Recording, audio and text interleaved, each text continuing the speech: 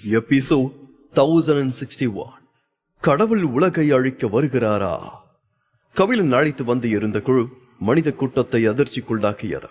இப்போது வேண்டுமானால் அவர்கள் இளைஞர்கள் கூட்டமாக தெரியலாம். ஆனால் அவர்கள் இன்னும் 100 ஆண்டுகளில் ஒட்டுமொத்த உலகத்தை ஆட்சி செய்ய போகும் மற்றும் பெரிய அதிர்வலையை ஏற்படுத்த போகும் தவிர்க்க முடியாத பிரளய சக்தியாக மாறக்கூடும். கபிலன் குழுவோடு சேர்த்து மொத்தமாக 4 குழுக்கள் அகிராஜ்ய தலைநகரான கனகதேயத்தின் எல்லையில் கூடியிருந்தார்கள். இந்த 4 குழுக்களோடு சேராமல் சுயாதீனமாக இயங்கும் பல குழுக்கள் அபுதானியில் இருந்தனர். அவர்கள் எல்லாம் ஆங்காங்கே நிழல் வீரர்கள் போல இருளில் மறைந்து இருந்தனர். மனிதர்களுக்கு வளமான பாரம்பரியம் இருந்தது. கபிலனின் சக்தி அனைத்து உயிரினங்களிலும் பயத்தை உண்டாக்கும் அளவிற்கு வலிமையானதாக இருந்தது. அதே நேரத்தில் அவனால் ஒரு முழு இனத்தோடு ஒரே நேரத்தில் சண்டையிடும் நிலையை இன்னும் அடையவில்லை. ஒரு முழு இனத்தையும் தன்னுடைய குழுவை வைத்து துடைத்தெறியும் அளவிற்கு கபிலன் செல்ல இன்னும் நாட்கள் எடுக்கும்.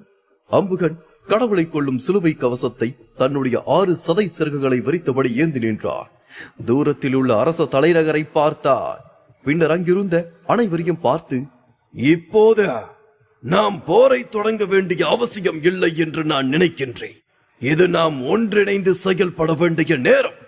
முதலில் தலைநகரின் நகர பாதுகாப்பு உருவாக்கத்தை உடைக்க வேண்டியது அவசியம் என்று கூறினார். அப்போது அரபு பட்சி, அபுதானி உலகம் வாடிவிட்டதா? நகர பாதுகாப்பு உருவாக்கம் மிகவும் பலவீனமாகிவிட்டதா? இது அசல் சக்தியில் 10% கூட இல்லை. நாம் அனைவரும் ஒன்றாக செயல்பட்டால் 9ஆம் வகுப்பு புனித வசந்தம் தோன்றுவதற்கு முன்பே அதை முறியடிக்க முடியும். அதன் பிறகு நாம் புனித அமிர்தத்திற்கு போட்டியிடலாம் என்று கூறினார். மற்ற வாரிசுகளுக்கும் கபிலனுக்கும் இயல்பாகவே எந்த ஆட்சேபனையும் இல்லை. அதனால் இந்த யோசனைக்கு அனைவருமே ஒப்புக்கொண்டனர். அம்புகன் மீண்டும் தான் ஒரு ராஜதந்திரி என்று நிரூபித்தார். அம்புகன் மேகமூட்டமான வானத்தை பார்த்து சிரித்தார். நிழலில் நிற்கும் நண்பர்களே, நீங்களும் உதவிக்கு வரலாம். உங்களுக்கு அதில் விருப்பம் இல்லையா என்று கேட்டார். அடுத்த நொடி ஒரு மலை குன்றின் உச்சியில் ஒரு நெருப்பு அக்னி சிவப்பு ஜோதி ஒன்று தோன்றியது. சுற்றிலும் தீப்பழம்புகளால் சூழப்பட்ட அம்பல மரத்தின் உருவம் அங்கே தெரிந்தது. அதிர்ச்சியூட்டும் வெப்பத்தோடு கதிர்வீச்சை வீசிய அந்த நெருப்பு உருவத்தின் நடுவில் மாலூர்தி நின்றார். அவனுடைய தோற்றமே அனைவரையும் அடக்கி ஆளப்போகிறேன் என்று கூறுவதாயிருந்தது. மறுபுறம் 9 வண்ண ஒளியிலிருந்து இன்னொரு இளைஞன் வெளியேறினார். அவன் தெளிவான தேகம், அலைபாயும் கூந்தலோடு அழகாக இருந்தார். அந்த இளைஞனை பார்த்து அனைத்து உயர்மட்ட பிரமுகர்களும் அச்சம் கொண்டனர். அந்த இளைஞன் மீண்டும் உயிர் பெற்ற பேரரசர் தியான பூதர்தான். உயர்மட்ட பிரமுகர்கள் அதிர்ச்சி அடைந்தது மட்டுமல்லாமல் அம்புகன், மாலூர்தி மற்றும் கபிலன் போன்றவர்கள் கூட கொஞ்சம் தீவிரமானார்கள். அடுத்து வெளிப்புற தரவரிசையின் முதல் 10 இடங்களில் உள்ள விகாரமான உயிரினங்கள் வெளியேறின. அவர்கள் அனைவரும் உயர் மட்டத்தின் ஒரு பகுதியாக இருந்தனர். அதன் பிறகு எரியும் டிராகன் சடலத்தின் உச்சியில் நின்றபடி ஒரு பெண் பறந்து வந்தாள். பாதாள உலக தும்பர்கள் மற்றும் பூதகர்கள் படையோடு அவள் தலைநகரின் எல்லை வந்து சேர்ந்தாள். அவள் வந்தவுடன் மீண்டும் பரபரப்பு ஏற்பட்டது. அவள்தான் தாரிகா.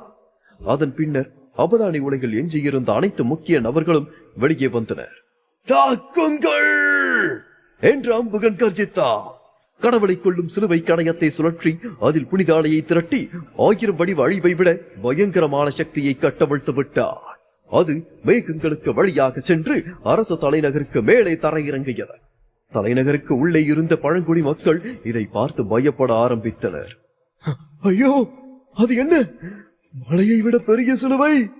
கடவுள் உலகை அழிக்க வருகிறாரா என்று பயத்தால் அலறினார்கள். பெரிய சிலுவை வானத்திலிருந்து இறங்குவதை பார்த்த பூர்வீக வாசிகள் கடவுள்தான் தங்களை தண்டிக்க வருகிறார் என்று நினைத்து பயந்து ஓடினார்கள். ராட்சத சிலுவை தலைநகரை நெருங்கியவுடன் நகரின் பாதுகாப்பு அமைப்பு வேகமாக வெளியேறியது. சிலுவையை தடுக்க ஒரு கேடயத்தை விரித்தது. நகரத்தின் பாதுகாப்பு உருவாக்கமும் சிலுவை கவசமும் மோதியது. காதை கிழிக்கும் ஒரு சத்தம் 4 திசைகளிலும் பரவியது. எல்லா திசைகளிலும் ஒளி பறந்தது. அந்த நேரத்தில் பல மைல் தூரத்திற்கு நீண்டிருந்த கனகதேய நகரமும் முழுமையாக குழுங்க ஆரம்பித்தது. நகர பாதுகாப்பு அமைப்பு உடைந்து போகவில்லை, ஆனால் அம்புகன் எவ்வளவு சக்தி வாய்ந்தவன் என்பது அனைவருக்கும் இப்போது நிரூபணமானது.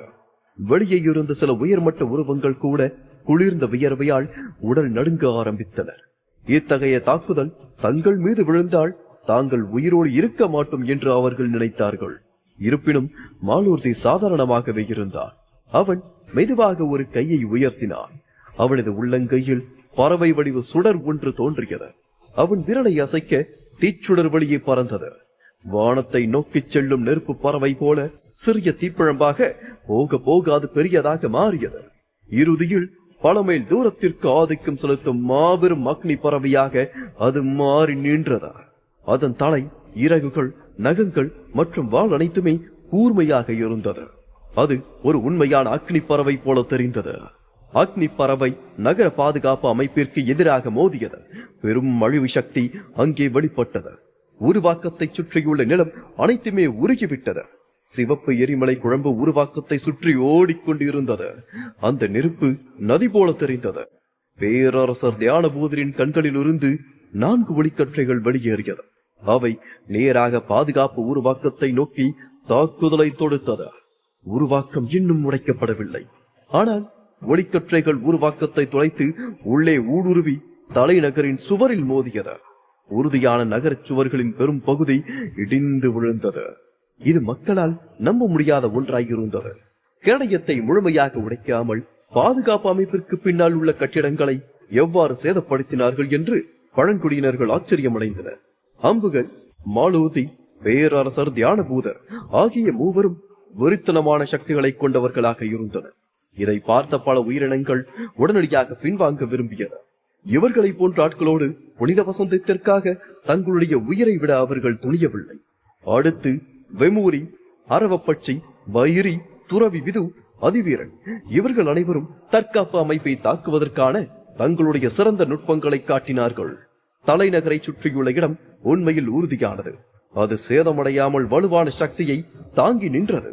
தரையில் மட்டும் பல விரிசல்கள் தோன்றி எரிமலை குழம்பு வெளியேறியது. நிலம் இடிந்து விழுவது போல தெரிந்தது.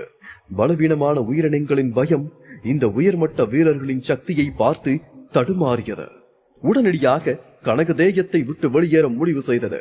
இல்லை, எனக்கு இந்த புனித வசந்தமே வேண்டாம். நான் கானக களத்திற்கு திரும்பி செல்கின்றேன். இனி நான் எதற்குமே பேராசை கொள்ள மாட்டேன். இந்த குழுக்களை பார்ப்பதற்கே பயமாக இருக்கிறதே. பொக்கிஷங்களுக்காக இவர்களோடு போட்டியிட்டால் என்னுடைய உடல் கூட மிஞ்சாது. வெடிக்கும் பீரங்கிகளுக்கு நான் தீவனமாக இருக்க விரும்பவில்லை. நான் உடனடியாக கானக களத்திற்கு திரும்பி செல்கின்றேன் என்று பல பேர் கூற இப்போதே ஆரம்பித்து விட்டனர். குருதி கடவுள் பிரிவு, பதுமற்குளம், வங்கர் குடும்பம் என்ற 3 முக்கிய பிரிவுகள் புனித வசந்தத்திற்காக போராடுவதையே நிறுத்திவிட்டது. அப்படி அவர்கள் போராட்டத்தில் இறங்கினால் அவர்கள் வெடிக்கும் பீரங்கியில் இருந்து சிதறி விழும் உலோக துண்டுகளாய் மாறிவிடுவார்கள். அதனால் முன்னதாக கிளம்புவதே அவர்களுக்கு நல்லது. குறைந்தபட்சம் அவர்கள் தங்களுடைய உயிரையாவது பாதுகாத்துக் கொள்ள முடியும்.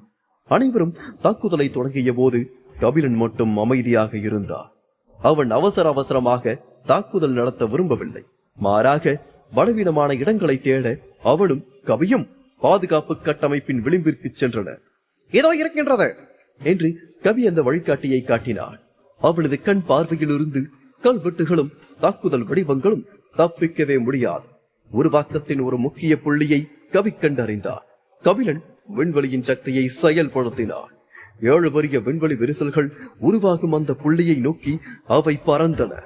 வரிசையாக விண்வெளி விரிசல்கள் பாதுகாப்பு அமைப்பின் மீது மோதி அதை சிதைத்துக் கொண்டு இருந்தது. அந்த சமயத்தில் நட்சத்திர வீரர்கள் தொடர்ந்து வலிமையான தாக்குதல்களை கட்டவிழ்த்துக் கொண்டே இருந்தனர். சில நொடிகளில் பாதுகாப்பு அமைப்பு சரிய ஆரம்பித்தது. அகி வம்சத்தின் அரசு தலைநகரமான கனகதேயம் பாதுகாப்பற்ற நகரமாக இப்போது மாறி வருகிறது. தலைநகருக்குள் விரைந்து செல்லுங்கள் என்று மிருக மன்னர்கள் கர்ஜிக்க காட்டேரிகள், காட்டு மிருகங்கள் மற்றும் பிற உயிரினங்கள் அனைத்தும் உற்சாகமடைந்தன. அவர்கள் அனைவரும் பூர்வகுடி மக்களை எதிர்த்து போராட தலைநகருக்குள் விரைந்தனர். அவதானி உலகில் உள்ள பூர்வகுடி மக்கள் கூட்டத்தின் பலம் வாய்ந்த மூத்த வீரர்களில் பாதிக்கும் மேற்பட்டவர்கள் தலைநகரில் ஒன்று கூடினர். அவர்களும் ஏராளமான பொக்கிஷங்களை சேகரித்தனர். முதுசூரியன், சைத்திரன் இருவருமே மிகுந்த உற்சாகத்தில் இருந்தனர். அவர்கள் மற்றவர்களோடு விரைந்து செல்ல விரும்பினர். ஆனால் அவர்கள் கபிலனால் தடுத்து நிறுத்தப்பட்டனர். கபிலன் தன்னுடைய கூட்டத்தை பார்த்து, பொறுங்கள், தலைநகரில் 10 ஆதிவாசி துறவிகள் இருக்கிறார்கள். இந்த நேரத்தில் உள்ளே நுழைவது நல்ல யோசனையாக இல்லை என்று எச்சரித்தார். சைத்திரன் மிகவும் நம்பிக்கையோடு கபிலனை பார்த்து, அவர்கள் எல்லாம் ஆரம்ப கட்ட துறவிகள் மட்டுமே, நாம் பயப்பட தேவையில்லை என்று கூறினார். சைத்திரன் தன்னுடைய சாகுபடி மூலம் முதல் வர்ண துறவிகளை தோற்கடிக்க முடியும் என்பதில் உறுதியாக இருந்தார். கபிலன் இல்லை என்று தலையசைத்தார். நீ கூறுவது தவறு. முதல் வர்ண துறவிகள் எல்லாம் ஒரே மாதிரி இருப்பதில்லை. நீண்ட காலமாக முதல் வர்ண துறவிகளாக இருந்தவர்கள் அவர்களை விட உயர்ந்த இடத்தில் இருக்கும் துறவிகளை விட மிகவும் சக்தி வாய்ந்தவர்கள். அப்படிப்பட்ட துறவிகளை சந்தித்தால் நீ தோற்கடிக்கப்படுவாய். தோற்பது மட்டுமல்ல, உயிரோடு திரும்பவாயா என்பதை சந்தேகம்தான் என்று கூறினார். துறவி சாம்ராஜ்யத்தில் 8 வர்ண நிலைகள் இருக்கிறது. அதில் சில துறவிகள் முதல் வர்ணத்தை அடைந்த பின்னர் அதிலிருந்து அடுத்த கட்டம் செல்லாமல் முதல் கட்டத்திலேயே ஒரு 100 ஆண்டு காலம் இருந்திருக்கின்றார்கள். அவர்கள் எல்லாம் சில சிறப்பு மந்திரங்களை வெகு காலமாக ஒரே கட்டத்தில் இருந்து செயல்படுத்தி வருவதால் அவர்கள் அதில் கைத்தேர்ந்தவர்களாக இருப்பார்கள். அவர்களிடமெல்லாம் கொஞ்சம் கவனமாக இருக்க வேண்டியது மிக மிக அவசியம். அபுதானி உலகம் அழிந்து கொண்டு இருப்பதால் அனைத்து துறவிகளும் அபுதானியை விட்டு வெளியேற வேண்டிய கட்டாயம் ஏற்பட்டது. அதனால் மூத்த துறவிகள் வெளியேறிவிட்டனர். அதையும் மீறி இங்கு 10 துறவிகள் இருக்கிறார்கள் என்றால் அவர்கள் முதல் வர்ண துறவிகளாகத்தான் இருப்பார்கள். முதல் வர்ண துறவிகள் தான் இருக்க முடியும் என்ற நிலைமை வந்தால் கண்டிப்பாக எந்த ஒரு ராஜ்யமும் பலவீனமானவர்களை தங்க வைக்காது. இருப்பதிலேயே அதிக சக்தி வாய்ந்தவர்களை தான் அவர்கள் அங்கு இருக்க வைத்திருப்பார்கள். அதனால் அவர்களை குறைத்து மதிப்பிடுவது மிக பெரிய தவறு. அபுதானிக்கு வந்த கானக களத்தின் வீரர்களில் பெரும்பாலானோர் கனகதேயத்திற்குள் நுழைந்து படுகொலையையும் கொள்ளைகளையும் தொடங்கினர். மனித வீரர்கள் ஓரளவிற்கு கட்டுப்பாடோடு இயங்கினர். அவர்கள் அப்பாவிகளை கொல்லவில்லை. மறுபுறம் காட்டேரிகள் மற்றும் மூர்க்க மிருகங்களுக்கு எந்த தடையும் இல்லை. அவர்கள் சென்ற இடமெல்லாம் சர்வ நாசமானது. கட்டிடங்கள் இடிபாடுகளாக மாறியது. பழங்குடியினர்கள் சடல குவியல்களாக மாறினார்கள். இவர்கள் ஏன் இவ்வளவு கொடூரர்களாக இருக்கின்றார்கள்? அவர்கள் கொள்வது அப்பாவி மக்களை என்று வகோபா கோபத்தில் கத்தினாள். அவள் கோபத்தை அடக்க முடியவில்லை. பற்களை இறுக பற்றிக் கொண்டு கபிலனிடம் கெஞ்சினாள். கபிலா, நீ அவர்களை காப்பாற்ற வேண்டும். உன்னால் மட்டுமே இப்போது அவர்களை காப்பாற்ற முடியும் என்று கூறினாள். தலைநகரில் குறைந்தது 10 லட்சம் மக்களாவது இருப்பார்கள். இத்தனை பேரை நான் எப்படி காப்பாற்ற முடியும்? இங்கே பார், நான் ஒன்றும் அவ்வளவு பெரிய ரட்சகன் அல்ல என்று கபிலன் கூறினார். கபிலனுக்கு பச்சாதாபம் இல்லாமல் இல்லை. பகோபா பிரபஞ்ச வரைபடத்தை மனதில் வைத்து கபிலனிடம் இந்த கோரிக்கையை வைத்திருக்கலாம். ஆனால் வரைபடத்தை பயன்படுத்தி இந்த மக்களை சுருள் உலைகள் குட்டிச் சென்றால் அது பல தவறான புரிதல்களுக்கு வழிவகுக்கும். அதோடு மக்களோடு மக்களாக 10 பூர்வகுடி துறவிகளும் இப்போது அங்கே இருக்கின்றனர். அவன் தவறாக துறவிகளை உள்ளே அழைத்து சென்று விட்டால் அது மேலும் பல சிக்கல்களை அவனுக்கு கூட்டி வரும். அது தனக்கு தானே பிரச்சனையை வரவழைத்துக் கொள்வதற்கு சமமாகிவிடும். அதோடு கபிலன் அவர்களுக்கு உதவினால் நம்மை காப்பாற்ற வெளி உலகத்தை சேர்ந்த ஒரு இரட்சகன் வந்திருக்கிறார் என்று அவர்கள் நினைக்க மாட்டார்கள். கானக கள வீரர்களை அவர்கள் நம்பவும் மாட்டார்கள். தங்களை காப்பாற்றும் கானக கள வீரனுக்கு வேறு ஏதாவது ஒரு திட்டமும் நோக்கமும் இருக்கும் என்றுதான் நினைப்பார்கள். காட்டு மிருகங்களால் உண்ணப்பட்ட பழங்குடியின் மக்களையும் காட்டேரிகளால் ரத்தம் உறிஞ்சப்பட்ட பழங்குடி மக்கள் சடலத்தையும் கண்டு வகோபா மனம் உடைந்தாள். அவள் மீண்டும் கெஞ்சினாள். நீ அவர்களை காப்பாற்றினாள். நான் திவ்ய பிரபந்த பிரிவில் சேர்ந்து உன்னை என் அதிபதியாக கருதுவேன். சத்தியம் என்று கூறினாள். கபிலன் இன்னும் மனம் மாறவில்லை. உனக்கு புரியவில்லை. இங்க இருக்கும் அனைவரின் பாதுகாப்பிற்கும் நான் தான் பொறுப்பு. அப்படி இருக்கையில் நான் பொறுப்பற்ற முறையில் எதையும் செய்யக்கூடாது என்று கூறினார். அதற்கு கபிலா, பழங்குடி மனிதர்கள் அனைவரும் உயர்மட்ட மாவீரர்களாக இருக்கிறார்கள். அவர்களை கட்டுக்குள் கொண்டு வர முடிந்தால் திவ்ய பிரபந்த பிரிவு குறுகிய காலத்திற்குள்ளேயே செழித்து வளரும்.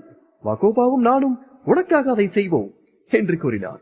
அபதானி உலகில் உள்ள உயரடைக்கினர் கபிலனது பிரிவில் இணைந்தால் பிரபந்த பிரிவில் இருக்கும் நடுத்தர வர்க்க சீடர்களின் எண்ணிக்கை ஒரு பண்டைய பிரிவிற்கு இணையானதாக மாறும். கபிலனின் ஆர்வம் தூண்டப்பட்டது. ஆனால் அவனால் கபியை முழுமையாக நம்ப முடியவில்லை. கபி எப்போது வேண்டுமானாலும் தனக்கு எதிராக திரும்பலாம் என்று கபிலன் கணக்கிட்டார். வகோபா தன்னுடைய நினைவுகளை இழந்த பிறகு நம்ப முடியாத அளவிற்கு கருணை காட்டக்கூடிய ஒரு அப்பாவி சிறுமியை போல நடந்து கொண்டிருக்கின்றாள். அவளும் இப்போது நம்பக்கூடியவளாக இல்லை. இது ஒரு சிறிய பிரச்சனை அல்ல. ஏதேனும் சிறு தவறு நடந்தால் அவர்கள் அனைத்து சக்திகளாலும் முற்றுகையிடப்படுவார்கள், இறுதியாக கொல்லப்படுவார்கள்.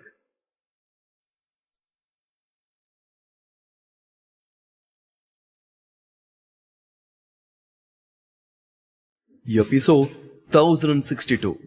கொள்ளையடிக்க கிளம்பிய கபிலன். நீண்ட யோசனைக்கு பிறகு வகோபா மற்றும் கவியின் யோசனையை கபிலன் ஏற்றுக்கொண்டான். பின்னர் அவன் சாதனாவை பார்த்து, சாதனா, நீ இவர்களோடு செல். இந்த 2 பூனைகளும் விஷயங்களை மாற்றிவிடாமல் பார்த்து கொள்ள வேண்டியது உன்னுடைய பொறுப்பு என்று கூறினான். நீண்ட திட்டமிடலுக்கு பிறகு அவர்கள் 2 அணிகளாக பிரிய முடிவு செய்தனர். கவி, வகோபா, சாதனா மற்றும் மகதி ஆகியோர் பிரபஞ்ச ஆன்மீக வரைபடத்தை எடுத்துக்கொண்டு தலைநகருக்குள் நுழைந்தனர். அவர்களின் முக்கிய நோக்கமே பழங்குடியின மக்களை சுருள் உலகத்திற்குள் கொண்டு வருவதாகும். கபிலன், முதுசூரியன், இளஞ்சூரியன், சைத்திரன் மற்றும் நன்மதி இவர்களாகியோர் விண்வெளி நகர்வின் மூலம் தலைநகரின் மைய பகுதியை நோக்கி சென்றனர். தலைநகருக்குள் பழங்குடியின குழு ஒன்று பல தாக்குதல்கள் அமைப்புகளை அமைத்து காணக களத்தின் ஆட்களை முன்னேற விடாமல் தடுத்து நிறுத்திக் கொண்டு இருந்தது. இதனால் 3 பெரும் படைகளாலும் தலைநகரத்தின் மையத்தை அடைய முடியவில்லை. இவற்றை நன்மதி பார்த்தாள். அவள் கபிலனை பார்த்து, காணக களத்தின் உயரடுக்கு வீரர்களை தடுத்து நிறுத்தும் அளவிற்கு அகிவம்சத்திடம் ஆட்கள் இருக்கிறார்கள் என்று கூறினாள். இது ஒரு உயர் வர்க்க வெற்றிட உலகம். இது நிச்சயமாக சக்தி வாய்ந்ததாகத்தான் இருக்கும்.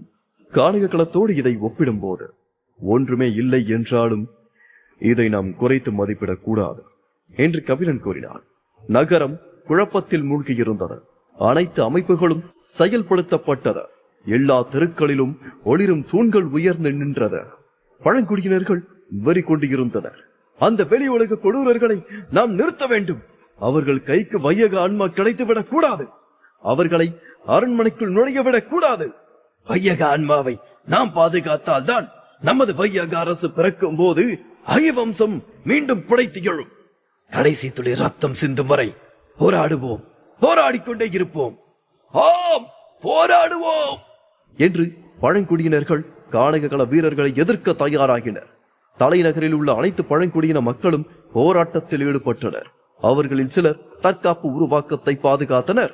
சில பேர் நகரத்தை விட்டு வெளியேறி ரத்தம் சிந்தும் போர்க்களத்தில் ஈடுபட்டனர். கபிலன் தலைமையிலான 5 பேர் கொண்ட குழு ஒரு சிறிய இளைஞர்கள் குழுவாக இருந்ததால் அது பழங்குடியின மக்களின் கவனத்தை ஈர்க்கவில்லை. அதனால் கபிலன் குழு பெரிய தடையின்றி முன்னேறி சென்று கொண்டு இருந்தது. அப்போது கபிலன் திடீரென்று ஒரு மாபெரும் ஆற்றல் அலையை உணர்ந்தான். அவன் கீழே பார்த்தான். நிலத்தில் 8 ராட்சத டிராகன் நிழல்கள் அவனுக்கு தெரிந்தது. கனகதேயத்தின் மையத்தில் உள்ள தங்க புனித மலையிலிருந்து வெளியேறிய அந்த நிழல் கபிலனின் குழுவை தாண்டி பறந்தது. 8 ராட்சத டிராகன்களின் மையத்தில் தங்க கவசம் அணிந்த ஒரு மனிதர் இருந்தார். கம்பீரமாக தோற்றமளிக்கும் அவர் கையில் நீண்ட ஈட்டியை பிடித்திருந்தார். அவரது புனித அலைகள் மிகவும் வலுவாக இருந்தது. ஆதிவாசி மனித துறவிகளின் ஒரு பெரிய குழு ஆச்சரியத்தில் கர்ஜித்தது. நீலவான பெருந்துறவி வந்துவிட்டார். அவர் அபதானியை விட்டு வெளியேறவில்லை. அகி வம்சத்தை பாதுகாப்பதற்காகவே அவர் இங்கு வந்திருக்கிறார் என்று மக்கள் உற்சாகத்தில் துள்ளி குதித்தனர். அபதானி உலகில் இருக்கும் பிரபஞ்ச வேத பயிற்சி முறைகள் காணக களத்தில் இருக்கும் விதிகளில் இருந்து முற்றிலும் வேறுபட்டது. 2 உலகிலும் பயிற்சி முறைகள் ஒரே மாதிரியாக இல்லை. அபதானி உலகில் ஒருவர் எவ்வளவு டிராகன் நிழல்களை செம்மைப்படுத்துகிறாரோ அவர் அவ்வளவு வலிமையானவராக அறியப்பட்டார். 6 டிராகன் நிழல்களை கொண்டவர்கள் பெரு வீரர்கள் என்று அழைக்கப்பட்டனர். 7 டிராகன் நிழல்களை கொண்டவர்கள் பெரு வேந்தன் என்று அழைக்கப்பட்டனர். அதுவே 8 டிராகன் நிழல்களை கொண்டவர்கள் எல்லாம் பெரும் துறவி என்று அழைக்கப்பட்டனர். இந்த நபர் அபதானி உலகில் உள்ள 10 ஆதிவாசி துறவிகளில் ஒருவராக இருக்க வேண்டும். மற்ற முதல் வர்ண துறவிகளை விட இவர் வலிமையானவர் என்று கபிலன் யூகித்தார். இந்த பெருந்துறவியை ஆராய கபிலன் தன்னுடைய மனசக்தியை பயன்படுத்த வேண்டிய எந்த அவசியமும் இல்லை. அந்த 8 டிராகன் நிழல்களின் சக்தியின் மூலமாகவே கபிலன் இதை யூகித்தார். அந்த பெருந்துறவியின் வருகையை அனைவரும் பார்த்தனர். பல பேர் பயந்து போயினர். சில பேர் கர்வத்தோடு பெருந்துறவியை எதிர்க்க தயாராகி நின்றனர். என்ன பெரிய துறவி, பெருந்துறவி, அவர் எவ்வளவு சக்தி வாய்ந்தவர் என்பதை நானும் இன்று பார்க்கிறேன் என்று கூறிக்கொண்டு ஜெய்தாயு வெளியேறினார். ஜெய்தாயு மனித உடலை எடுத்து பின்னர் தன்னுடைய முதுகிலிருந்து 2 இறக்கைகளை விரித்து வானத்தில் பறந்தார். அவன் தன் கையில் இருந்த நீண்ட ஈட்டியை சுழற்றியபடி அந்த நீலவான பெருந்துறவியை நோக்கி மின்னல் வேகத்தில் புறப்பட்டார். ஜெய்தாயு கையில் வைத்திருந்த செங்கடல் வஜ்ர ஈட்டி மழை அளவு கனமாக இருந்தது. அதனால் ஒரு மலையை கூட இரண்டாக அதனால் பிளக்க முடியும். கானக களத்தில் இருப்பவர்களுக்கு வீரம் இருக்கும், அந்த அளவிற்கு விவேகம் இல்லை. கூந்தல் கூட நரைக்காத நீங்கள் என்னை எதிர்க்க துணிந்திருக்கிறீர்களே, இதுவே உங்கள் பொறுப்பற்ற நடத்தையை காட்டுகிறதா என்று நீலவான பெருந்துறவி ஜெய்தாயுவை பார்த்து கேட்டார். பெருந்துறவி 8 டிராகன் நிழல்களை தன்னுடைய கைகளால் வெளியே தள்ளினார். அது வஜ்ர ஈட்டியோடு மோதியது. 8 டிராகன் நிழல்களும் வஜ்ர ஈட்டியின் சக்தியும் ஒன்றோடு ஒன்று மோதியது. ஜெய்தாயுவின் கண்களில் நெருப்பை ஊற்றியது போல வலி உருவானது. ஜெய்தாயு பின்னோக்கி சரிந்து கொண்டே இருந்தான். தாக்கு பிடிக்க முடியாமல் பின்னோக்கி பறந்தான் ஜெய்தாயு. இந்த மோதலில் அவன் தரையில் விழுந்தது மட்டுமல்லாமல் அந்த தெருவிலும் உள்ள அனைத்து பழமையான கட்டிடங்களும் இடிபாடுகளாக மாறியது. அது தரையில் ஆழமான பள்ளத்தை உருவாக்கியது. இறைவா, இவர் எவ்வளவு சக்தி வாய்ந்தவரா என்று சைத்திரனின் இதயம் துடித்தது.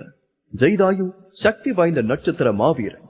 முதல் வர்ண துறவிகளை தோற்கடிக்கும் ஆற்றல் அவனுக்கு இருந்தது. ஆனால் நீலவான பெருந்துறவியின் ஒரு தாக்குதல் கூட அவனை பறக்க வைத்து இருக்கின்றது. அந்த தாக்குதலை அவனால் தாங்க முடியவில்லை. இந்த பெருந்துறவி முதல் வர்ண துறவிகளிலேயே தனித்துவமான துறவியாக இருக்க வேண்டும். துறவி நிலையை அடையாதவர்களால் அவர் அருகே கூட வர முடியாது. அவர்கள் எவ்வளவு பெரிய மாவீரர்களாக இருந்தாலும், எத்தனை துறவிகளை கொன்றவர்களாக இருந்தாலும், இந்த பெருந்துறவியை அவர்களால் நிச்சயமாக சமாளிக்க முடியாது என்று கூறினாள் நன்மதி. அப்போது கபிலன் அவரை பார்த்தபடியே இருந்தார். அவதானி உலகில் எந்த ஒரு முதல் வர்ண துறவிக்கும் ஒரு உச்ச வரம்பு உண்டு. கானக களத்தில் உள்ள முதல் வர்ண துறவிகளோடு இவரை ஒப்பிட முடியாது. என்னை பொறுத்தவரை இவர் ஒன்றும் தோற்கடிக்க முடியாத மாவீரர் அல்ல என்று கூறினார். அடுத்த நொடி வரிசையாக பல 8 டிராகன் தற்காப்பு துறவிகள் தங்க புனித மலையிலிருந்து பறந்து போர்க்களத்தில் வந்து இறங்கினர். ஒவ்வொரு பெருந்துறவியின் வருகையும் கனகதேயத்தில் குடிகொண்டுள்ள பூர்வகுடி மக்களின் மன உறுதியை உயர்த்தியது. போர்க்களத்தின் நடுவே வீற்றிருக்கும் இந்த பெருந்துறவிகள் அவதானி உலகில் பிரபலமான அதிபதிகள். அவர்கள் அனைவரும் புராண கதைகளாக இருந்தனர். கபிலன் நகருக்கு வெளியே நடந்த போரில் கவனம் செலுத்தவில்லை. பழங்குடியின மக்கள் எவ்வளவோ முயற்சி செய்தும் அவர்களின் தலைவிதியை மாற்ற அவனால் எதுவுமே செய்ய முடியவில்லை. இன்று பெரும்பான்மையான மக்களின் மரணம் நடந்தே தீரும். கபிலன் மீண்டும் அந்த தங்கமலர் மலையை பார்த்தார். அந்த புனித மலை தலைநகரின் மையத்தில் அமைந்திருந்தது. அது உயர்ந்ததாகவும் தெய்வீகமாகவும் காணப்பட்டது. மலையின் மீது நிறைய அரண்மனைகள் காணப்பட்டது.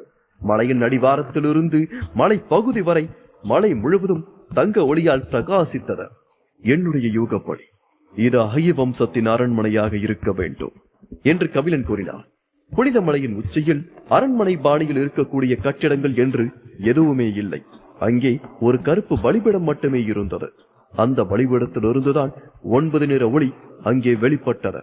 அந்த புனித மலையின் உச்சியில்தான் 9ஆம் வர்க்க புனித வசந்தமும் வையக ஆன்மாவும் பிறக்க வேண்டும் என்று கபிலன் யூகித்தான். இப்போதே விரைந்து சென்ற புனித மலையை கைப்பற்றுவோம் பிரபு. 9ஆம் வர்க்க புனித வசந்தம் வெளிவரும் போது நமக்குதான் அது முதலில் கிடைக்கும் மாமிதாவா என்று முதுசூரியன் கூறினார். கபிலனின் கருவழிகள் சுருங்கியது. எண்ணற்ற டிராகன் நிழல்களால் மூடப்பட்ட மலையின் உச்சியில் டஜன் கணக்கான மக்கள் நிற்பதை அவன் பார்த்தான். மலையுச்சி ஆபத்தானது என்பது அவனுக்கு புரிய வந்தது. நிச்சயமாக பலிபடத்தை காக்கும் எஜமானர்களின் ஒரு பெரிய குழு மேலே வீற்றிருக்க வேண்டும். நாம் இப்போது அங்கு சென்றால் கடுமையான போரில் சிக்கிக் கொள்ள வேண்டியிருக்கும் என்று கபிலன் கூறினார். அனைவரும் என்ன செய்வதென்று கபிலனை பார்த்து கேட்டனர். இப்போதைக்கு சிறிது நேரம் காத்திருப்போம். முதலில் சென்றால் பாதையில் முற்களும் கற்களும் அதிகம் இருக்கும். அது அடித்து உடைக்கப்பட்ட பிறகு பாதை சமமான பின் நாம் செல்லலாம் என்று கபிலன் கூறினான்.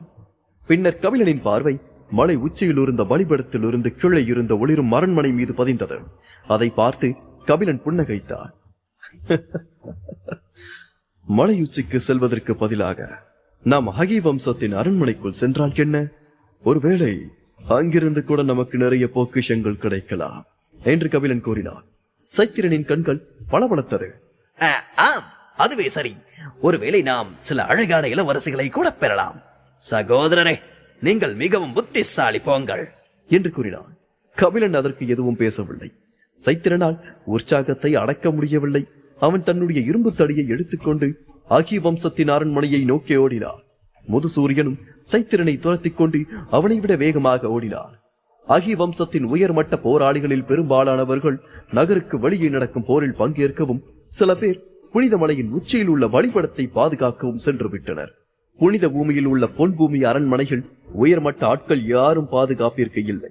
கபிலனின் குழு உள்ளே நுழைந்தது. பல விலை மதிப்பற்ற பொக்கிஷங்களை அந்த அரண்மனை கொண்டிருந்தது. வழக்கமான தற்காப்பு கலைஞர்களுக்கு இங்கு இருக்கும் எந்த ஒரு பொருளும் அவர்கள் தங்கள் வாழ்நாள் முழுவதும் வசதியாக வாழ போதுமான மதிப்பு மிக்கதாக இருந்தது.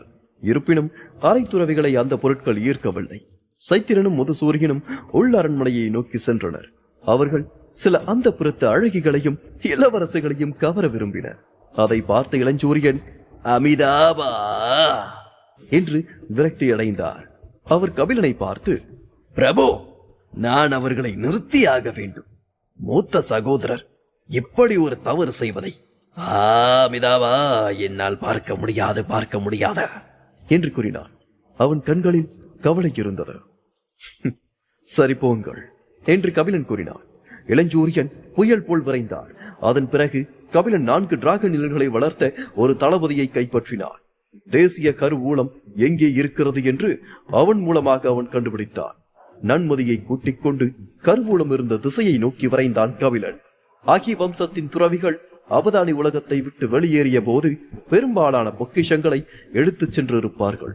அதனால் அவர்களால் எடுத்துச் செல்ல முடியாத அல்லது விட்டு சென்ற சில பொக்கிஷங்கள் கண்டிப்பாக கருவூலத்தில் இருக்கும். அவதானியில் தொடர்ந்து கூச்சலும் குழப்பமும் அரங்கேறுவதால் அது இதுவரை வெளியே எடுக்கப்பட்டு இருக்காது. அதனால் அங்கு பொக்கிஷங்கள் நிறைந்து இருக்க வேண்டும் என்று கபிலன் யோகித்தார். தேசிய கருவூலம் புனித மலையின் உள்ளே இருந்தது. அரண்மனையிலிருந்து தேசிய கருவூலத்திற்கு செல்ல ஒரு சுவரை தாண்டினாலே போதுமானது. ஆனால் கருவூலத்திற்கு வெளியே மிகவும் சக்தி வாய்ந்த தற்காப்பு உருவாக்கம் அமைக்கப்பட்டு இருந்தது. ஒரு துறவியால் கூட அதை அவ்வளவு சுலபத்தில் உடைத்துவிட முடியாது. உருவாக்கத்தை செயல்படுத்துபவர்கள் கருவூலத்தின் வாயிலில் காத்து இருந்தனர். நன்மதி கபிலனை பின்தொடர்ந்தாள்.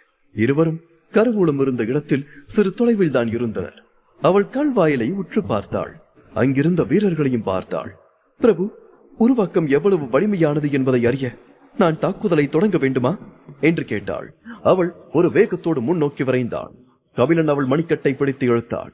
நில், இவ்வளவு ஆக்ரோஷமாக அதை செய்ய வேண்டிய அவசியம் இல்லை. என்னிடம் ஒரு வழி இருக்கிறது என்று கபிலன் கூறினான். கபிலன் தன்னுடைய விரல்களை இணைத்து புனித முத்தரையை தூண்டி ஒரு வேதத்தை உச்சரித்தான். அவனை சுற்றி ஒரு ஒளிவட்டம் தோன்றியது. தரையிறங்கிய நட்சத்திரம் போல் அவன் ஜொலித்தான். அவனது உருவமும் அவனுடைய அம்சங்களும் படிப்படியாக மாற ஆரம்பித்தது. ஒரு மெல்லிய தோளோடு நடுத்தர வயது ஆளை போல கபிலன் மாறிக்கொண்டிருந்தான். அவனது தோள்கள் அகலமாக இருந்தது. அவன் ஒரு சக்தி வாய்ந்த ஒளியை வீசினான். சிறிது நேரத்திற்கு முன்பு புனித மலையிலிருந்து வெளியேறிய நீலவான பெருந்துறவியை போலவே கபிலன் இப்போது தோற்றமளித்தார். கபிலனது குணமும் கண்களும் கூட அவரை போலவே இருந்தது. அவன் தன் கைகளை திறந்ததும் புனித அலையின் இழைகள் அவனது உடலில் இருந்து வெளியேறியது. அவை சக்தி வாய்ந்த 8 பெரிய டிராகன் நிழல்களை உருவாக்கியது. பின்னர் அவன் கருவூலத்தின் கல் நுழைவாயிலை நோக்கி சென்றான். காவலர்கள் அனைவரும் மண்டியிட்டனர். வணக்கங்கள் பெருந்துறவி சதுர்வசு அவர்களே என்று கூறினார். உடனடியாக உருவாக்கத்தை திறங்கள் என்று கபிலன் ஆழ்ந்த குரலில் கூறினான். ஆனால் பேய்களை எதிர்த்து போரிட நீங்கள் நகரத்திற்கு வெளியே சென்று இருந்தீர்களே என்று 6 டிராகன் நிழல்கள் கொண்ட ஒரு பெருவேந்தர் ஒருவர் எச்சரிக்கையோடு கேட்டார். அப்படி இருக்கும்போது நீங்கள் எப்படி இங்கே வர முடியும் என்று அந்த பெருவேந்தர் சந்தேக பார்வையோடு கேட்டார். கபிலனிடமிருந்து ஒரு அசாதாரண குணம் வெளியேறியது. ஒரு அதிகார பேரொளி அவனிடமிருந்து எழும்பி அவர்களை பிரமிக்க வைத்தது. உங்கள் அனைவருக்கும் நான் விளக்கம் கொடுக்க வேண்டுமா என்று கர்ஜித்தார். பெருந்துறவிகள் அவதானி உலகத்தின் பாதுகாவலர்களாகவும் மிகவும் மரியாதைக்குரிய மூத்த அதிகாரிகளாகவும் இருந்தனர். அதுவும் இது போன்ற இக்கட்டான காலகட்டங்களில் அவர்கள் மிக உயர்ந்த அதிகாரத்தை வெளிக்காட்டுவது வழக்கம்தான். அந்த சமயத்தில் அவர்களின் விருப்பத்திற்கு எதிராக யாரும் செல்லக்கூடாது. அங்கிருந்த காவலர்கள் வந்திருக்கும் இந்த பெருந்துறவியை புண்படுத்த துணியவில்லை. எனவே உடனடியாக தற்காப்பு அமைப்பை திறந்தனர். தற்காப்பு அமைப்பு மெதுவாக திறக்கப்பட்டது. அப்போது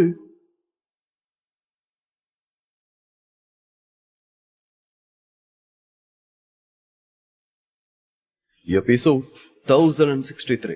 எதிர்பார்க்காத பொக்கிஷம். கருவூலத்தின் தாக்குதல் அமைப்பை தாண்டி கபிலன் உள்ளே நுழைந்தான். உள்ளே நுழைந்ததும் கபிலன் நின்று சுற்றுப்புறத்தை ஆய்வு செய்தான். பின்னர் அமைதியாக தன்னுடைய விண்வெளி களத்தை விடுவித்தான். அந்த இடம் பலமாக அதிர்ந்தது. வீரர்கள் அனைவரும் அனைத்து துளைகளில் இருந்தும் ரத்தம் கசிந்து தரையில் சரிந்தனர். கபிலன் தன்னுடைய சக்தியை துல்லியமாக கட்டுப்படுத்தினார். அதனால் அவர்கள் இறப்பதற்கு பதிலாக மயக்கம் மட்டுமே அடைந்தனர். 6 டிராகன் நிழல் கொண்ட பெருவேந்தர் மட்டும் மயக்கம் அடையவில்லை. அவரது மேம்பட்ட சாகுபடி விண்வெளி தாக்குதலை தடுத்து நிறுத்தியது. யார் நீ என்று பயத்தில் நடுங்கியபடி கேட்டார். அவர் தப்பிக்க விரும்பி அவசரமாக பின்வாங்கினார். கபிலன் முஷ்டியை இறுக்கி முழு வேகத்தோடு ஒரு வால் நட்சத்திரம் போல் இலக்கை நோக்கி துல்லியமாக பாய்ந்தான். அந்த பெருவேந்தரின் முகத்தில் ஓங்கி குத்தினார். சக்தி வாய்ந்த முஷ்டி மின்னல்களோடு பெருவேந்தரின் முகத்தில் விழுந்தது. பெருவேந்தரின் முகம் கருப்பாக மாறியது. பெரும் சத்தத்தோடு அவர் தரையில் விழுந்தார். அகி வம்சத்தின் கருவூலத்தில் என்னென்ன பொக்கிஷங்கள் சேமிக்கப்பட்டுள்ளன என்பதை அறிய நான் ஆவலாக இருக்கின்றேன் என்று உற்சாகத்தோடு கபிலன் ஆபீஸ் வாளை வெளியே எடுத்தார். கருவூலத்தின் கல் கதவை கபிலன் தாக்கினான். கல் கதவு திறந்தது. கருவூலம் 100 அடி தூரத்திற்கு விசாலமாகவும் பறந்து விரிந்ததாகவும் இருந்தது. இவ்வளவு தூரம் இருக்கக்கூடிய இந்த கருவூலத்தில் ஒரு காலத்தில் எவ்வளவு பொக்கிஷங்கள் சேமிக்கப்பட்டிருக்கும் என்று யோசித்து பார்க்கவே பிரமிப்பாக இருந்தது. ஆனால் இப்போது கருவூலம் காலியாக இருக்கிறது. அங்கு எதுவுமே இல்லை. அது வெகு காலத்திற்கு முன்பே காலியாகிவிட்டது. கபிலன் கசப்போடு சிரித்தான். நான் தாமதமாக வந்துவிட்டேன் போல என்று தனக்குள் முணுமுணுத்தான். திடீரென்று அவனை ஏதோ நெருங்குவதைப் போல் இருந்தது. 100 அடியை விண்வெளி நகர்வின் மூலம் விரைவாக கடந்தான். கருவூலத்தின் விளிம்பில் சுவற்றில் சாய்ந்தபடி நின்று கொண்டு சுற்றி முற்றி பார்த்தான். அவன் நின்று கொண்டு இருந்த இடத்திலிருந்து நிலத்தை அதிர வைக்கும் ஒரு சத்தம் வந்தது. 8 டிராகன் நிழல்கள் திடீரென்று தோன்றி விரைவாக மறைவதை அவனால் தெளிவில்லாமல் பார்க்க முடிந்தது. கருவூலம் முற்றிலும் பூட்டப்பட்ட இடமாக இருந்தது. இப்போது பெரும் சக்தி அலைகள் கருவூலம் முழுவதும் உருண்டோடிக் கொண்டு இருக்கின்றது. அவை உலோக சுவர்களில் மோதி பிரதிபலித்துக் கொண்டு இருக்கின்றது. இது எப்படி வருகிறது என்று கபிலன் யோசித்தான். அப்படியென்றால் கருவூலத்தில் இன்னொரு பெருந்துறவி ஒருவர் மறைந்திருக்கிறார். இது மிகவும் சுவாரஸ்யமாகத்தான் இருக்கின்றது என்று கபிலன் ஒரே நேரத்தில் அதிர்ச்சியும் மகிழ்ச்சியும் அடைந்தான். ஒரு பெருந்துறவி மறைந்திருக்கிறார் என்றால் இங்கு இன்னும் முக்கியமான பொக்கிஷங்கள் இருக்கின்றது என்று அர்த்தம். சக்தி அலைகள் கொஞ்சம் கொஞ்சமாக தணிந்தது. இறுதியாக ஒரு ஒல்லியான உயரமான உருவம் வெளியே வந்தது. அது அவதானியின் பெருந்துறவிகளில் ஒருவரான கழனியூரான். வெண்ணிற கூந்தல், பழமையான ஆடைகள் என பழங்கால தோற்றத்தில் அவர் தோற்றமளித்தாலும் அவர் வயதான ஆளை போல தெரியவில்லை. ஒரு கையை பின்னால் வைத்துக் கொண்டு கழனியூரான் கபிலனை நோக்கி நடந்து வந்தார். அவர் கண்கள் கபிலனை பார்த்தன. நீ துறவி சதுர்வசோ அல்ல, அப்படி என்றால் யார் நீ என்று கேட்டார். பெருந்துறவிக்கே உண்டான பெரும் திறமை உங்களிடம் இருக்கின்றது. உங்களுடைய கண்கள் மிக கூர்மையாக இருக்கின்றது என்று கபிலன் கூறினார். கழியூரான் சிரித்துக் கொண்டே கபிலனை பார்த்து, அபதானியில் பிறந்த மக்களின் உடலில் அபதானியின் எச்சம் இருக்கும். ஆனால் உன் உடலில் கானக களத்தின் எச்சம் இருக்கிறது. இதை கண்டுபிடிப்பது எனக்கு கடினம் அல்ல என்று கூறினார். கபிலன் உடலை உலுக்கினான். எலும்புகள் முறிவதைப் போல் சத்தம் கேட்டது. சிறிது நேரத்தில் கபிலன் அசல் தோற்றத்திற்கு திரும்பினான். அவன் கண்கள் ஆர்வத்தோடு கழியூரானை பார்த்தது. கழியூரானின் முதுகள் ஒரு தங்க நாடா பறந்து கொண்டிருக்கிறது. தங்கப்பட்டு துணியாகவோ அல்லது பட்டு மீது தேய்க்கப்பட்ட தங்க திரவமாகவோ அது இருக்க வேண்டும் என்று கபிலன் அதையே கவனித்துக் கொண்டிருந்தான். அது தனித்துவமானதாக தெரிந்தது. அதுவாக மெதுவாக ஆடிக்கொண்டே இருந்தது. அது கபிலனுக்கு ஏதோ ஒன்றை கூறுவது போல இருந்தது. அதை கபிலனால் உணர முடிந்தது. அதிலிருந்து அவனால் தன்னுடைய கண்களை எடுக்க முடியவில்லை. அதிலிருந்து சிறிய இடஞ்சார்ந்த சிற்றலைகள் பரவிக்கொண்டே இருந்தது. அதை உணர்ந்த கபிலன் அந்த தங்கப்பட்டை ஒரு விண்வெளி பொக்கிஷம் என்பதை கண்டறிந்தார். அகி வம்சம் அபதானியில் ஒரு இடமாற்ற இயந்திரத்தை உருவாக்கி வைத்திருக்கின்றது. இப்போது இங்கு ஒரு விண்வெளி புதையல் இருக்கிறது. இவையெல்லாம் கபிலனை ஆர்வத்தில் ஆழ்த்தியது. அவன் ஒரு ஆர்வத்தோடு கழியூரனை பார்த்து, உங்களுடைய அந்த தங்க நாடா எங்கிருந்து வந்தது என்று கேட்டான். கழியூரான் அதை பற்றி பெரியதாய் சிந்திக்காமல், இதுவா, இது அபதானி உலகின் ஒரு தேசிய பொக்கிஷம், தங்க ஒளிப்பாட்டை. இது உங்களை போன்ற பேய்களால் உருவாக்க முடியாத பொக்கிஷம் என்று கபிலனிடம் கூறினார். கழியூரான் தன் கைகளால் காற்றில் ஒரு வட்டம் வரைந்தார். 8 கருப்பு டிராகன்கள் வட்டத்தின் மையத்தில் தோன்றி 8 மின்னல்களாக உருமாறி கபிலனை நோக்கி பறந்தது. சரிவின் 8வது பரிமாணம் என்ற நுட்பத்தை கழியூரான் காண்பித்தார். பெருந்துறவி மிக மிக வலிமையானவர். ஆனால் கபிலன் பயப்படவில்லை. அவன் தன்னுடைய புனித அலை அனைத்தையும் செயல்படுத்தி தன்னுடைய கைகளை முன்னோக்கி அறைந்தார். வீரவேழ டிராகனின் தெய்வீக நெருப்பு என்ற நுட்பத்தை கபிலன் கேட்டவிழ்த்தார். கபிலன் தன்னுடைய உள்ளங்கையச்சை வெளியிட்ட போது அவன் முதுகிலிருந்து பொன் தீப்பிழம்புகள் எழுந்தது. அது கருவூலம் முழுவதையும் நிரப்பியது. அந்த இடம் முழுவதும் எரியும் முனையாக மாறியது. ஏதாவது ஒரு அரை துறவி மட்டும் எங்கு இருந்தால் அவர் ஒரே மூச்சில் எரிந்து இந்நேரம் சாம்பலாகி இருப்பார். 2 படைகளும் மோதிக்கொண்டன. சக்தி வாய்ந்த அதிர்ச்சிகளை எல்லா திசைகளிலும் பரவியது. கருவூலத்தின் 4 சுவர்கள் அனைத்தும் பாதுகாப்பு முத்திரைகளால் மூடப்பட்டு இருந்தது. அவை கபிலனின் தாக்குதல் அலைகளை தடுத்து நிறுத்தியது. இல்லையெனில் புனித மலையின் பாதி இந்நேரம் இடிந்து விழுந்திருக்கும். இருவரும் தொடர்ந்து சண்டையிட்டு டஜன் கணக்கான அடிகளை பரிமாறிக்கொண்டனர். அவர்களின் தந்திரோபாயங்கள் அனைத்தும் வலிமையானவையாக இருந்தன. முஷ்டிகளும் உள்ளங்கை அச்சுகளும் மாறி மாறி இறங்கின. இருவரும் வலிமையான அதிகாரத்தோடு ஒருவரை ஒருவர் எதிர்த்து போராடினார்கள். யார் வலிமையானவர் என்பதை இருவரும் முனைப்போடு காட்டிக் கொண்டிருந்தனர். தொடர் தாக்குதலுக்கு பிறகு இறுதியாக இருவரும் பிரிந்தனர். கழியூரான் உடல் வியர்வியல் மூழ்கியது. அவர் முச்சரிக்க ஆரம்பித்தார். அவருடைய கை முட்டியில் தோல் கிழிந்து ரத்தம் கசிந்தது. அவர் அதிர்ச்சியோடு கபிலனை பார்த்தார்.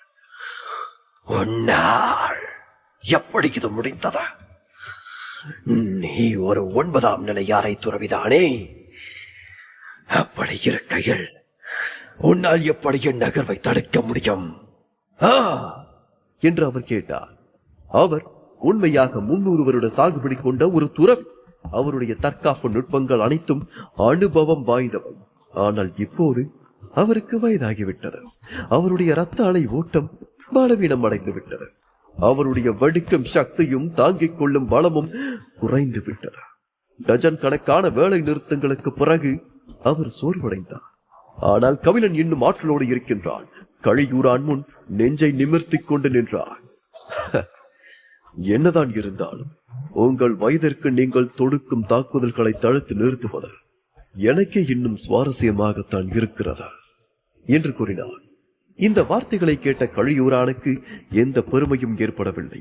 மாறாக கபிலன் தன்னை அவமானப்படுத்துவது போல் அவர் உணர்ந்தார். ஒரு 9ஆம் நிலை அரை துறவி ஒரு பெருந்துறவியிடம் இப்படி பேச துணிந்தான் என்று அவர் கோபம் கொண்டார். கோபம் கொந்தளித்த கழியூரான் கபிலனை பார்த்து, குழந்தாய், அதிக கர்வம் கொள்ளாதே. உன்னை இங்கேயே கொள்கின்றேன் பா. பேயை தோற்கடிக்க ஒரு தனித்துவமான நுட்பம் வரப்போகிறது பா என்று கர்ச்சித்தார். கழியூரானின் உடல் வீங்கியது. அவரது கைகள் ஒரு விசித்திரமான கைரேகை அச்சை உருவாக்கியது. அவரது காலடியில் ஒரு பரந்த கருப்பு ஒளி வேகமாக வெளிப்பட்டது. கழியூரானின் சக்தி அலைகள் மேலும் மேலும் வலுவடைந்து கபிலனுக்கு அழுத்தத்தை உருவாக்கியது. கபிலனின் வெளிப்பாடும் இதற்கு தயார் என்பது போல் இருந்தது. அவன் பின்வாங்குவதற்கு பதிலாக முன்னோக்கி சென்றான். 7 துளை ரத்த உள்ளங்காய் என்று கபிலன் உச்சரித்து முன்னோக்கி சென்றான். 12 இறக்கைகள் கொண்ட ஒரு இரத்த சிவப்பு அரக்கன் படிப்படியாக கபிலன் முன் தோன்றினான். எதிரொலியை அச்சுறுத்தும் அம்சங்கள் அந்த உருவத்திடம் இருந்தது. அதிலிருந்து அதிர்ச்சியூட்டும் தீய அலைகள் வேகமாக பரவியது. அது அந்தகாசுரனின் தோற்றம். கபிலன் தன்னுடைய உள்ளங்கையை முன்னோக்கி அசைக்க ஒரு பெரிய உள்ளங்கை அச்சி அங்கே உருவானது. இரத்த சிவப்பு அரக்கனும் கபிலன் செய்ததைப் போல தன் உள்ளங்கையால் முன்னோக்கி அடித்தாள். அது கழியூரானின் பேய் நுட்பத்திற்கு எதிராக மோதியது. அது கழியூரானின் தாக்குதலை உடனடியாக சிதைத்தது. ரத்தத்தை துப்பிய கழியூரான் பின்னோக்கி பறந்து உலோக சுவரில் மோதினார். காகிதம் போல் கீழே சரிந்தார். உடல் முழுக்க ரத்தம் தோய்ந்த ஒரு அடையாளமே எஞ்சியிருந்தது. கபிலன் தன் உள்ளங்கை அச்சை பின்னால் எடுத்துவிட்டு கழியூரானின் பக்கம் நடந்தான். அவரது புனித உடல் இப்போது சிதைந்து விட்டது. அவருடைய முகத்தில் ரத்தம் முழுவதுமாக நிரம்பியிருந்தது. அவரது முதுகு சில அங்குலம் உள்ளே இறங்கி இருந்தது. புனிதரின் ரத்தம் நிற்காமல் வெளியேறியது. ஒரு கணம் கழித்து அவருடைய உயிர் சக்தி முற்றிலும் மறைந்து போனது. ஒரு பெருந்துறவியை கொன்றதற்காக கபிலன் வருத்தமோ உற்சாகமோ அடையவில்லை. அவன் அசாதாரண நிதானத்தோடு இருந்தான். கழனியூரானிடமிருந்து தங்க ஒளிப்பட்டையை எடுத்துக் கொண்டான். பின்னர் அதை ஆர்வத்தோடு தன் கைகளில் பிடித்தான். இறுதியாக எனக்கு இன்னொரு விண்வெளி பொக்கிஷம் கிடைத்திருக்கிறது. இதற்குள் என்ன இருக்கிறது என்பதை அறிய எனக்கு ஆவலாய் இருக்கின்றது. தங்க புதையல் சேமிப்பான் மிகவும் இலகுவாக இருந்தது. அது எடை இல்லாதது போல இருந்தது. கபிலன் தங்க பொக்கிஷ சேமிப்பானில் புனித அலையை உட்செலுத்தினான். பின்னர் அது தங்க ஒளியால் பிரகாசிக்க தொடங்கியது. சேமிப்பானின் மேற்பரப்பிலிருந்து நதி நீர் ஓடும் சத்தம் கேட்டது. பின்னர் ஒரு சிறிய துளை வெளிப்பட்டது. கபிலன் தன் மனோதிட சக்தியின் ஒரு எச்சத்தை அந்த சேமிப்பானிற்குள் நுழைத்தான். பின்னர் அவன் ஒரு சாகத்தில் துள்ளி குதித்தான். சற்றும் எதிர்பார்க்காத நேரத்தில் இப்படி ஒன்று தனக்கு கிடைத்ததை எண்ணி அவன் வானத்திற்கும் பூமிக்கும் மாறி மாறி குதித்தான். தங்க பொக்கிஷ சேமிப்பானில் உள்ள இடம் மிகவும் விசாலமாக இருந்தது. கபிலன் செய்த விண்வெளி வளையத்தை விட இது மிக பெரியதாக இருந்தது. அதற்குள் தெய்வீக கற்கள், தெய்வீக படிகங்கள் மற்றும் தெய்வீக மாத்திரைகள் உட்பட சில பொக்கிஷங்கள் இருந்தது. கபிலன் எதை விரும்பினானோ அது அதற்குள் இருந்தது. உள்ளே எத்தனை பொக்கிஷங்கள் இருக்கின்றது என்பதை கபிலனால் இப்போது கணக்கிடவே முடியவில்லை. அகி வம்சத்தின் மொத்த கருவூலமும் அதனுள் தான் இருந்தது. ஒரு பழங்கால குளம் கூட இவ்வளவு பொக்கிஷங்களை புதையல் வேட்டையில் பெறாது. என்ன நடந்து இருக்கும் என்று கபிலன் யோசித்தான். கண்டிப்பாக இந்த கருவூலம் நிறைந்து இருக்க வேண்டும். திடீரென்று ஏதோ ஆபத்து வருகிறது என்று கழியூரான் ஒட்டுமொத்த புதையலையும் விண்வெளி சேமிப்பானில் நுழைத்து இருக்க வேண்டும். கபிலன் தற்செயலாக அவரோடு சண்டையிட்டு அவரை கொன்று அவரிடமிருந்து இந்த புதையலை எடுத்துக் கொண்டான். தங்க புதையல் சேமிப்பான் மட்டுமே மதிப்புமிக்க பொக்கிஷமாக இருந்தது. அதில் கூடுதல் சிறப்பாக அதன் உள்ளே பல மதிப்புமிக்க பொருட்கள் நிறைந்து இருக்கின்றது. கபிலனின் ஆய்வின் அடிப்படையில் தங்க புதையல் சேமிப்பான் பொருட்களை சேமித்து வைக்க மட்டும் பயன்படவில்லை. அது ஒரு தாக்குதல் ஆயுதமாகவும் தற்காப்பு கேடயமாகவும் இருந்தது. அதை தூண்ட கபிலன் இந்த பொக்கிஷத்தை செம்மைப்படுத்தியாக வேண்டும். அதற்கு இன்னும் நிறைய காலம் எடுக்கும். அதனால் தங்க பொக்கிஷ சேமிப்பானை வைத்துவிட்டு அவன் நன்மதியை சந்திக்க கருவூல பெட்டகத்தை விட்டு வெளியேறினார். தேச கருவூலத்திலிருந்து வெளியே வந்த கபிலனை நன்மதி வரவேற்றாள். வாருங்கள், என்ன கிடைத்தது அதிபதி என்று கேட்டாள். கபிலன் உள்ளத்தில் இருந்த மகிழ்ச்சியை மறைக்க முடியாமல் திணறினான். அவன் சிரித்தான். நான் நிறைய சம்பாதித்தேன் என்று கூறினான். கபிலன் போன்ற ஒருவர் நிறைய சம்பாதித்தேன் என்று சொன்னால் அது அவர் ஏராளமான பொக்கிஷங்களை பெற்றுள்ளார் என்று அர்த்தம். நன்மதி ஆர்வத்தோடு கபிலனை பார்த்து, கானக களத்தை சேர்ந்த உயிரடுக்கு வீரர்கள் ஏற்கனவே நகரத்திற்குள் ஊடுருவி விட்டார்கள். அவர்கள் விரைவில் புனிதமலையின் அடிவாரத்திற்கு செல்வார்கள் என்று கூறினாள். ஓ, அதற்குள் வந்து விட்டார்களா என்று ஆச்சரியப்பட்டு கபிலன் மலைகளுக்கு வெளியே பார்த்தான். அங்கு பல காட்டெறிகுல பட்டத்து இளவரசர்களை அவன் பார்த்தான். அவர்கள் புனித மலையை நெருங்கிக் கொண்டு இருந்தனர். குருதி சிவந்த மேகங்களுக்கு நடுவே நின்று கொண்டு தங்கள் பாதையை தடுக்கும் அனைத்தையும் கொன்றுவிட்டு முன்னேறி சென்றனர். நகரத்தின் பாதுகாப்பு உருவாக்கம் மற்றும் பெருந்துறவுகளால் கூட அவர்களை தடுக்க முடியவில்லை. அம்புகன் கடவுளை அழிக்கும் சிலுவையை வைத்துக் கொண்டு மரண தூதுவன் போல இருந்தான். அவன் ஒரு பெருந்துறவியை கொன்றான். அதை பார்த்து பல பேர் பின்வாங்கினர். பின்னர் மற்றொரு பெருந்துறவியை ரத்தம் சிந்த வைத்து கடுமையான காயத்திற்குள் ஆட்படுத்தினான். அதன் பின்னர் அவனை நெருங்கவே பல பேர் பயந்தனர். ஆகி வம்சத்தை சேர்ந்த அனைத்து வீரர்களும் தப்பி ஓடவும் முடியாமல் சண்டையிடவும் முடியாமல் பயத்தில் நடுங்கிக் கொண்டு இருந்தனர். மலை உச்சியிலிருந்து வெளிவரும் 9 நிற ஒளி பிரகாசமாகவும் கண்களை கூசும் கூர்மையோடும் ஒளிர்ந்து கொண்டு இருந்தது. கடுமையான அதிர்ச்சி அலைகள் புனித மலையை பிளவுபடுத்தியது. மலையில் வேர்கள் போல விரிசல்கள் தோன்றியது. விரிசல்கள் மேலும் மேலும் விரிவடைந்தது. அதாவது அந்த மலையை பிளவுபட்டுக் கொண்டிருந்தது. இப்படியே போனால் புனித மலை கூடிய சீக்கிரத்தில் வெடித்து சிதறலாம். புனித வசந்தம் பிறக்கப் போகிறதா? இறுதி போர் நெருங்கிவிட்டதா? இந்த சித்தவர்களும் சைத்திரனும் எங்கே? அவர்களுக்கு ஏதாவது ஆகிவிட்டதா என்று நன்மதி கேட்டாள். கபிலன் திரும்பி அரண்மனையை பார்த்தான். அவர்கள் வந்து கொண்டிருக்கின்றார்கள் என்று கூறினான். சித்துவர்களும் சைத்திரனும் அரண்மனையை விட்டு வெளியேறி விரைந்து வந்து கபிலன் மற்றும் நன்மதியோடு இணைந்து கொண்டனர். அவர்கள் தங்களோடு ஒரு நேர்த்தியான பெண்ணையும் அழைத்து வந்தனர். அந்த பெண்ணால் முதுசூரியனுக்கும் சைத்திரனுக்கும் கடும் சண்டையை ஏற்பட்டது. வாக்குவாதத்தால் முகம் சிவந்த அவர்களை இளைய சித்துவர்தான் தடுத்து நிறுத்தினார். இல்லை என்றால் அவர்கள் தங்களுக்குள் அடித்துக் கொண்டு இருப்பார்கள். அப்படி ஒரு அழகான பெண்ணா? யார் அவள்?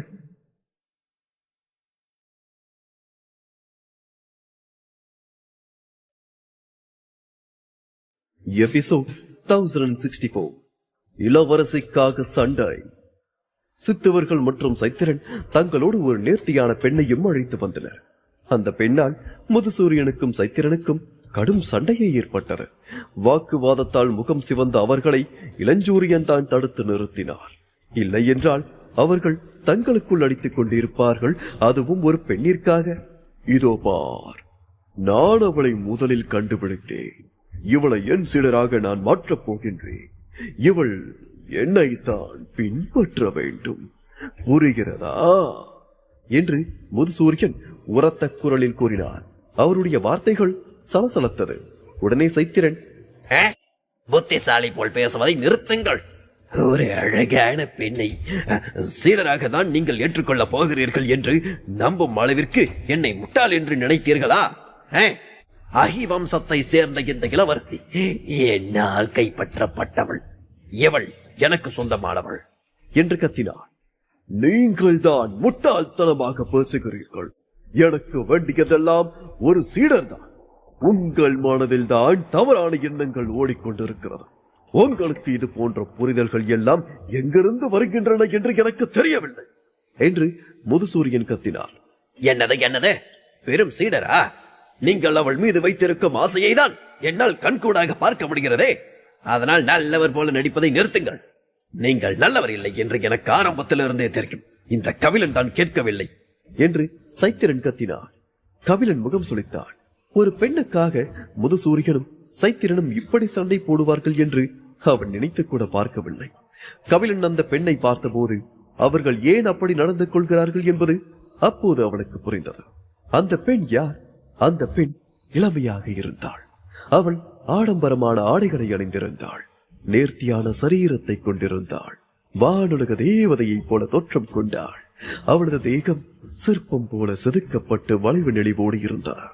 முதுசூரியனையும் சைத்திரனையும் தாண்டி அபார மன வலிமை கொண்ட கபிலன் கூட வியந்து போனான். கபிலன் அந்த பெண்ணை நோக்கி நடந்தான். அவளிடமிருந்து ஒரு நறுமணம் வீசியது.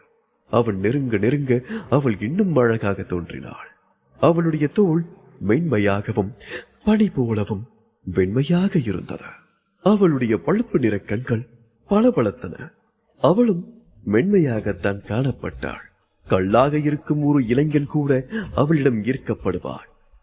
முதலில் அவளை பார்த்தபோது அவள் வெட்கப்படுகிற பருவ பெண்ணாக தெரிந்தாள். மூன்றாவது பார்வையில் அவள் ஒரு அப்பாவி பெண்ணாக தெரிந்தாள். அவள் குணம் நொடிக்கு நொடி மாறிக்கொண்டே இருந்தது. அந்த பெண்ணிடம் சென்று கபிலன் அவளுடைய கண்களை பார்த்து, நீ யார் என்று தெரிந்து கொள்ளலாமா என்று கேட்டாள். இந்த பெண் சாதாரணமானவள் அல்ல. இவளுக்குள் ஏதோ இருக்கிறது என்பதை கபிலனது உள்ளுணர்வால் தெளிவாக கூற முடிந்தது. அவன் மிக எச்சரிக்கையாக இருக்க வேண்டியிருந்தது. இருப்பினும் கபிலன் அவளை எப்படி பரிசோதித்தாலும் அவளிடமிருந்து எந்த ஆற்றல் அலை ஓட்டத்தையும் அவனால் உணர முடியவில்லை. அவள் முற்றிலும் பலவீனமான பெண்ணாகவேதான் தன்னை காட்டிக்கொண்டாள். ஆனால் இவ்வளவு நடந்தும் அவள் பயந்ததாக தெரியவில்லை. இருந்தாலும் அவள் கால்கள் நடுங்கிக் கொண்டு இருந்தது. நான் அகி வம்சத்தின் 7வது இளவரசி மின்பொன்னி என்று கூறினாள். சண்டையிட்டுக் கொண்டிருந்த முதுசூரியனும் சைத்திரனும் கபிலன் இளவரசியை விசாரிப்பதைக் கண்டு அவர்கள் உடனடியாக அவள் பக்கம் விரைந்து சென்று கவலையோடு பார்த்தனர். சைத்திரன் கவலையோடு, ஐயையோ, இவன் நெருங்கி பேசிக் கொண்டிருக்கின்றானே.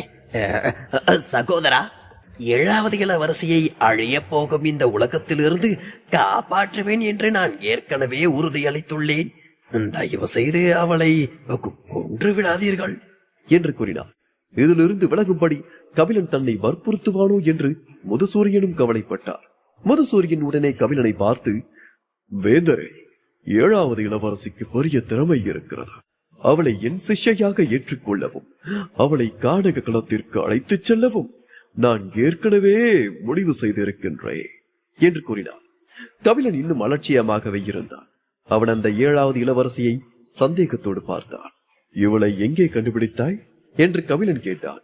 சைத்திரனும் முதுசூரியனும் ஒரே நேரத்தில், அரண்மனை உள்ளே ஒரு ஆழமான பகுதி உள்ளது, அங்குதான் என்று பதிலளித்தனர். உண்மையில் கபிலன் அந்த 7வது இளவரசியை ஒரு தாக்குதலால் கொள்ள விரும்பினான். எல்லாவற்றிற்கும் மேலாக அவள் அருகே இருந்த போது அவனுக்கு உருவான அமைதியின்மை இதற்கு முன்பு எங்கிருந்தும் வந்ததில்லை. இருப்பினும் சைத்திரன் மற்றும் முதுசூரியன் இருவரும் ஏற்கனவே அவளால் ஆட்கொள்ளப்பட்டு விட்டனர். அவர்கள் தங்களுடைய பகுத்தறிவை முற்றிலும் இழந்து விட்டனர் என்றே கூறலாம். கபிலன் இப்போது அவளை கொன்றால் அவர்கள் கபிலனை என்றென்றும் வெறுக்க வாய்ப்புள்ளது. அதே நேரத்தில் அவள் உண்மையில் பலவீனமான இளவரசியாக இருந்தால் என்ன செய்வது? கபிலன் ஒரு நிரபராதியை கொன்றால் அது அவனுடைய கொள்கைக்கு எதிராக செல்லும். அது அவனுடைய மனநிலையை கெடுக்கும். அதன் பிறகு அவனுடைய தற்காப்பு பாதையை தடைப்படலாம். இது தந்திரமானது என்று கபிலன் நினைத்தார். 7வது இளவரசியின் கண்கள் மின்னியது. அவளது இமைகள் நடுங்கியது. முதுசூரியன் மற்றும் சைத்திரனை விட கபிலன் உயர்ந்தவன் என்பதை அவளால் உடனடியாக சொல்ல முடிந்தது. பிறகு கபிலன் முன் மண்டியிட்டு கண்ணீர் விட்டாள். அவள் அவனிடம் கெஞ்சினாள். உண்மையில் நான் அவர்களோடு கானக களத்திற்கு செல்ல விரும்பவில்லை. அவர்கள் தான் என்னை இங்கு கட்டாயப்படுத்தி அழைத்து வந்தார்கள். தயவு செய்து என்னை காப்பாற்றுங்கள் ஆண்டவரே என்று கூறினாள். முதுசூரியன் மற்றும் சைத்திரன் இருவரும் சங்கடமாக உணர்ந்தனர். முதுசூரியன் அவளை பார்த்து, பெண்ணே, நான் உன்னை என் சீடராக ஏற்றுக்கொள்ள விரும்புகின்றேன். எனக்கு தெரிந்த அனைத்தையும் நான் உனக்கு கற்பிப்பேன். பௌத்த வழியில் பெண் சீடர்களும் வரலாம் என்று கூறினார். உடனே சைத்திரன், பெண்ணே, நான் உன்னை அழிந்து கொண்டு இருக்கும் இந்த அவதானி உலகத்தில் இருந்து காப்பாற்றி ஒரு நல்ல இடத்திற்கு கூட்டிச் செல்ல விரும்புகின்றேன் என்று கூறினார். போதும், இருவரும் சண்டையை நிறுத்துங்கள் என்று கபிலன் கர்ஜித்தார். கபிலன் கோபம் கொண்டாள். முதுசூரியனையும் சைத்திரனையும் முறைத்து பார்த்து, நன்றாக புரிந்து கொள்ளுங்கள். இனிமேல் இந்த இளவரசி என்னை பின்தொடர்ந்து வருவாள். எனவே அவளை சொந்தமாக்கும் கனவை இன்றோடு விட்டுவிடுங்கள் என்று கூறினார். முதுசூரியன் சைத்திரன் இருவரும் கவலையோடு இருந்தனர்.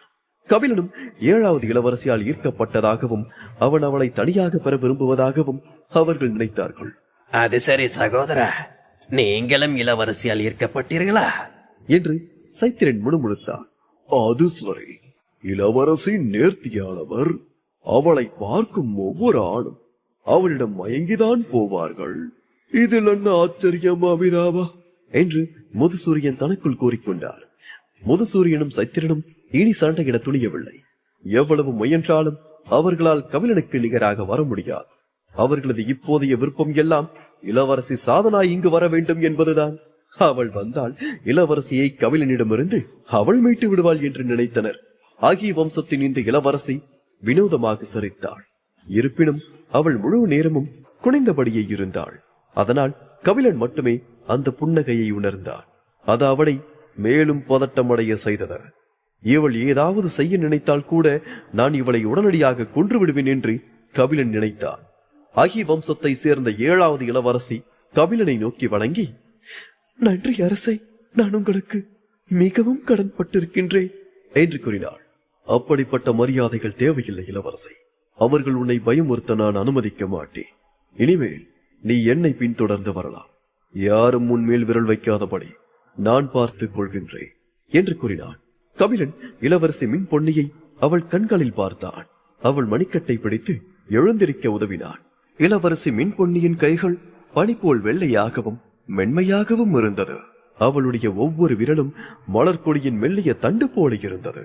இந்த வாய்ப்பை பயன்படுத்தி கபிலன் புனித அலையின் ஒரு இழையை இளவரசி மின் பொன்னியின் உள்ளங்கையில் செலுத்தினாள். ஆனால் அவள் உடலில் எந்த புனித அலையையும் அவனால் இப்போதும் கண்டறிய முடியவில்லை. மேலும் கபிலன் குழப்பமடைந்தான். என்ன ஆச்சரியம் இது! ஒருவேளை எனக்கு சித்தபிரமை பிடித்து விட்டதா?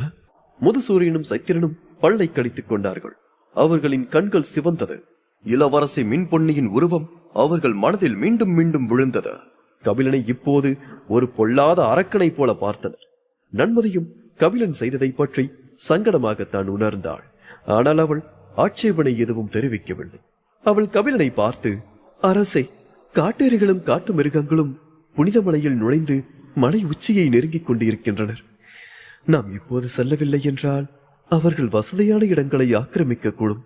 அது புனித வசந்தத்தையும் வையக ஆன்மாவையும் கைப்பற்றும் போது நமக்கு பெரும் பாதகத்தை ஏற்படுத்தலாம் என்று கூறினாள்.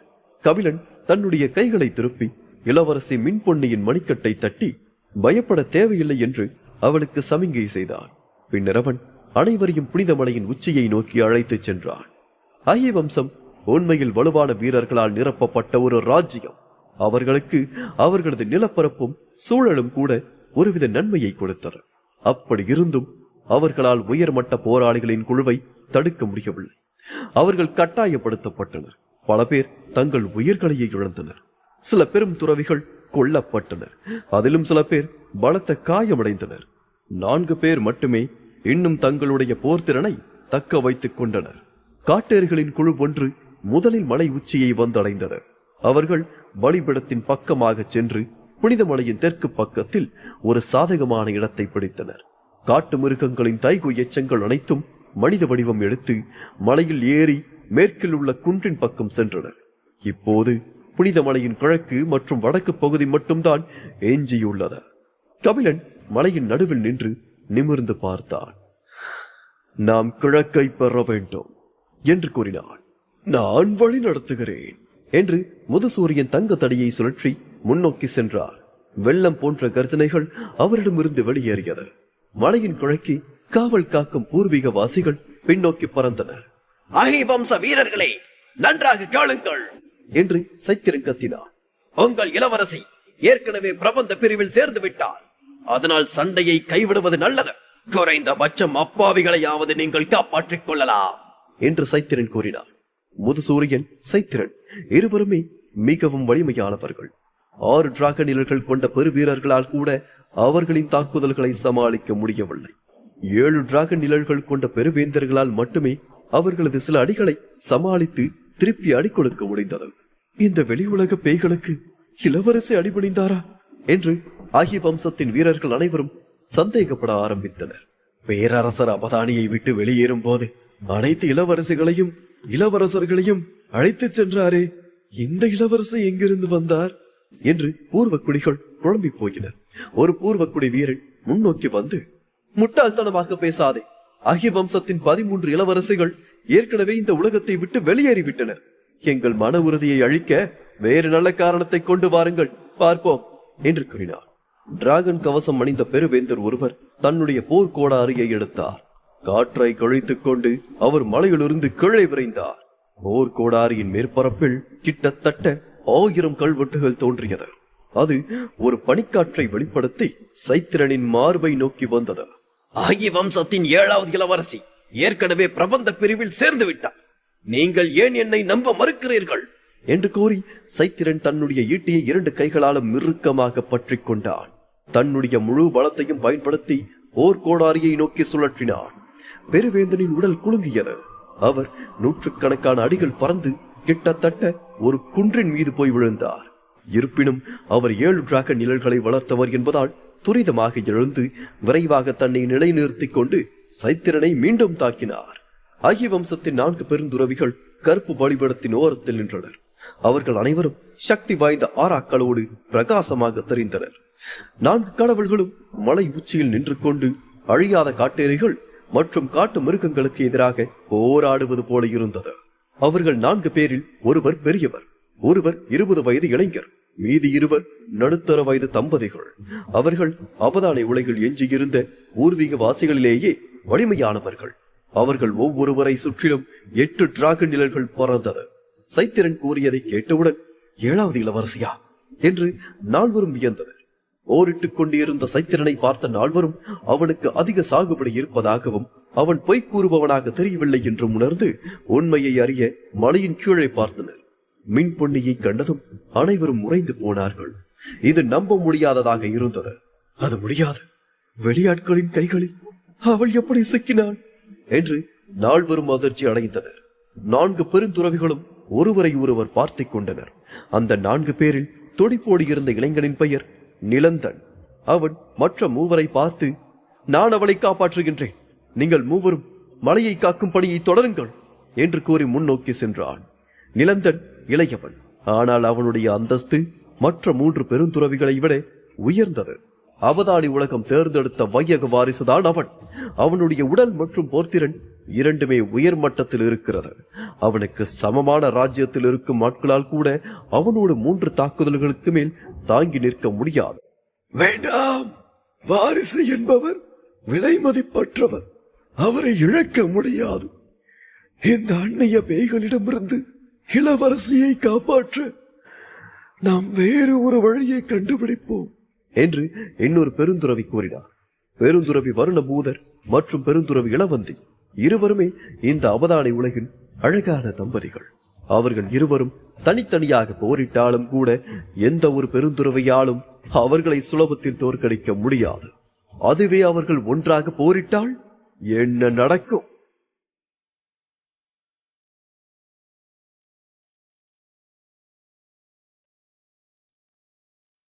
எபிசோட் 1065. உலகம் வெடித்து சுதறுகிறது.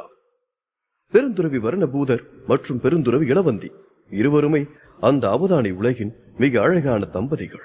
அவர்கள் இருவரும் தனித்தனியாக போரிட்டாலும் கூட எந்த ஒரு பெருந்துறவையாலும் அவர்களை சுலபத்தில் தோற்கடிக்க முடியாது. அதுவே அவர்கள் ஒன்றாக போரிட்டால், கூடுதலாக அவர்கள் ஒருங்கிணைந்த வாழ் உருவாக்கத்தில் திறமையானவர்கள்.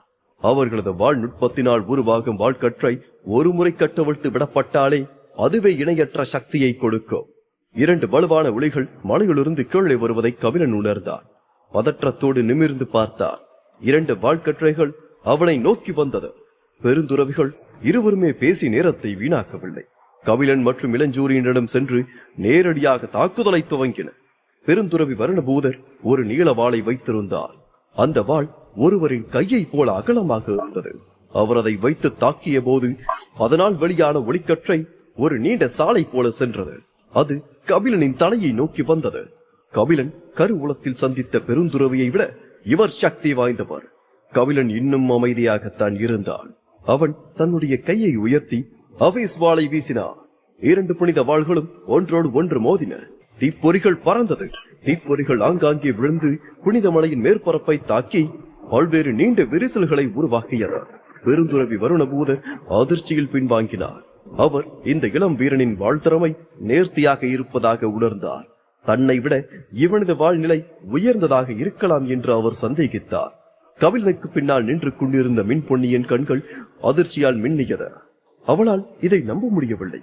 பெருந்துறவி வருணபூதர் போன்ற ஒருவரை ஒரு 9ஆம் நிலை அரைத்துறவி எவ்வாறு பின்வாங்க வைக்க முடியும்? அச்சச்சோ, நான் ஒரு சக்தி வாய்ந்த அண்ணியிடம் மாட்டிக்கொண்டேனா என்று மின்பொன்னி வருத்தப்பட்டாள். காணக்களத்தில் இவருக்கு என்ன உன்னத நிலை இருந்து இருக்கும் என்று அவள் யோசித்து பார்த்தாள். அவள் தன்னுடைய அழகான கண்களால் கபிலனை பார்த்து மயக்கம் புன்னகையோடு சிரித்தாள். மலை உச்சியில் இருந்தபடி நிலந்தன், அம்புகன், அரவப்பட்சி மற்றும் பலர் இந்த போரை பார்த்து கொண்டு இருந்தனர். அவதானி உலகத்தின் இந்த பெருந்துறவிகள் இருவரும் சக்தி வாய்ந்தவர்கள். அவர்கள் கபிலனை காலம் மற்றும் இடத்தின் சக்திகளை பயன்படுத்தும்படி கட்டாயப்படுத்துவார்கள் என்று அம்புகன் நினைத்தான். கபிலனின் கால சக்திக்கு அம்புகன் அஞ்சினான். கபிலன் அந்த மர்ம சக்திகளை பயன்படுத்துவதை அவனால் காண முடிந்தால் அவற்றை எதிர்ப்பதற்கான வழியை கண்டுபிடிக்க முடியும் என்று அவன் கணக்கிட்டான். அதன் மூலம் கபிலனை தோற்கடிக்க அவனுக்கு அதிக வாய்ப்புகள் கிடைக்கும் என்று திட்டமிட்டான். பெருந்துறவி வருணபூதர் இளவந்தியை திரும்ப அழைத்தார். அவர்கள் இருவரும் ஒரு குறிப்பிட்ட தூர இடைவெளியில் நின்று கொண்டு கைகளை ஒன்றாக தூக்கினர். அவர்கள் இருவரை சுற்றி இருந்த 8 டிராகன் நிழல்களும் இன்னொருவருடைய 8 டிராகன் நிழல்களோடு பின்னி பிணைந்து ஒரு பெரிய டிராகனாக உருவெடுத்து நின்றது. அற்புதம்! ஒருங்கிணைந்த வாழ் உருவாக்கமா என்று கபிலன் வியந்தார். கபிலன் போரை தீவிரமாக எடுத்துக் கொள்ள வேண்டிய நேரம் வந்துவிட்டது. இருவரும் கழியூரானை விட பலமாக இருந்தனர். அவர்கள் நினைத்தால் ஒன்று இணைந்தார். அவர்களின் போர்த்திறன் நிச்சயமாக ஒரு பயங்கரமான நிலைக்கு உயரும். சொர்க்க பூமி வாழ் உருவாக்கத்தை கபிலன் கட்டவிழ்த்தார். பெருந்துறவி வருணபூதரும் இளவந்தையும் வெண்ணிற டிராகன் மீது ஏறி நின்றனர். தலையில் ஒருவரும் முதுகில் ஒருவரும் நின்றபடி கபிலனை தாக்கினார்கள். இந்த முறை வருணபூதர் காண்பித்த புனித வாளின் சக்தி முன்பு இருந்ததை விட இரட்டிப்பாக இருந்தது. காற்று கூட தீப்பற்றி எரிவதைப் போல தோன்றியது. கபிலன் தப்பவில்லை, மாறாக நிமிர்ந்து நின்று 1000 வழிவாழிவை செயல்படுத்தி பெருந்துறவி வருணபூதரையே அடித்தார். 2 வாழ் வழிப்படைகளும் பயங்கரமாக மோதியது. இம்முறை கபிலன் பலவீனமான நிலையில் இருந்தான். அவன் தொடர்ந்து 4 அடிகள் பின்வாங்கினான். அவனுடைய ஆடைகள் கிழிந்து தொங்கியது. 1000 வழி வாழிவாள் கூட சமாளிக்க முடியாத ஒரு தாக்குதலாகியது. அவன் புருவங்களை லேசாக சுருக்கினான். ஆபீஸ்வாளின் 3000 கல்வெட்டுகளை செயல்படுத்தி உச்சவாளின் சக்தியை பயன்படுத்த அவன் தயார் நிலையில் இருந்தான்.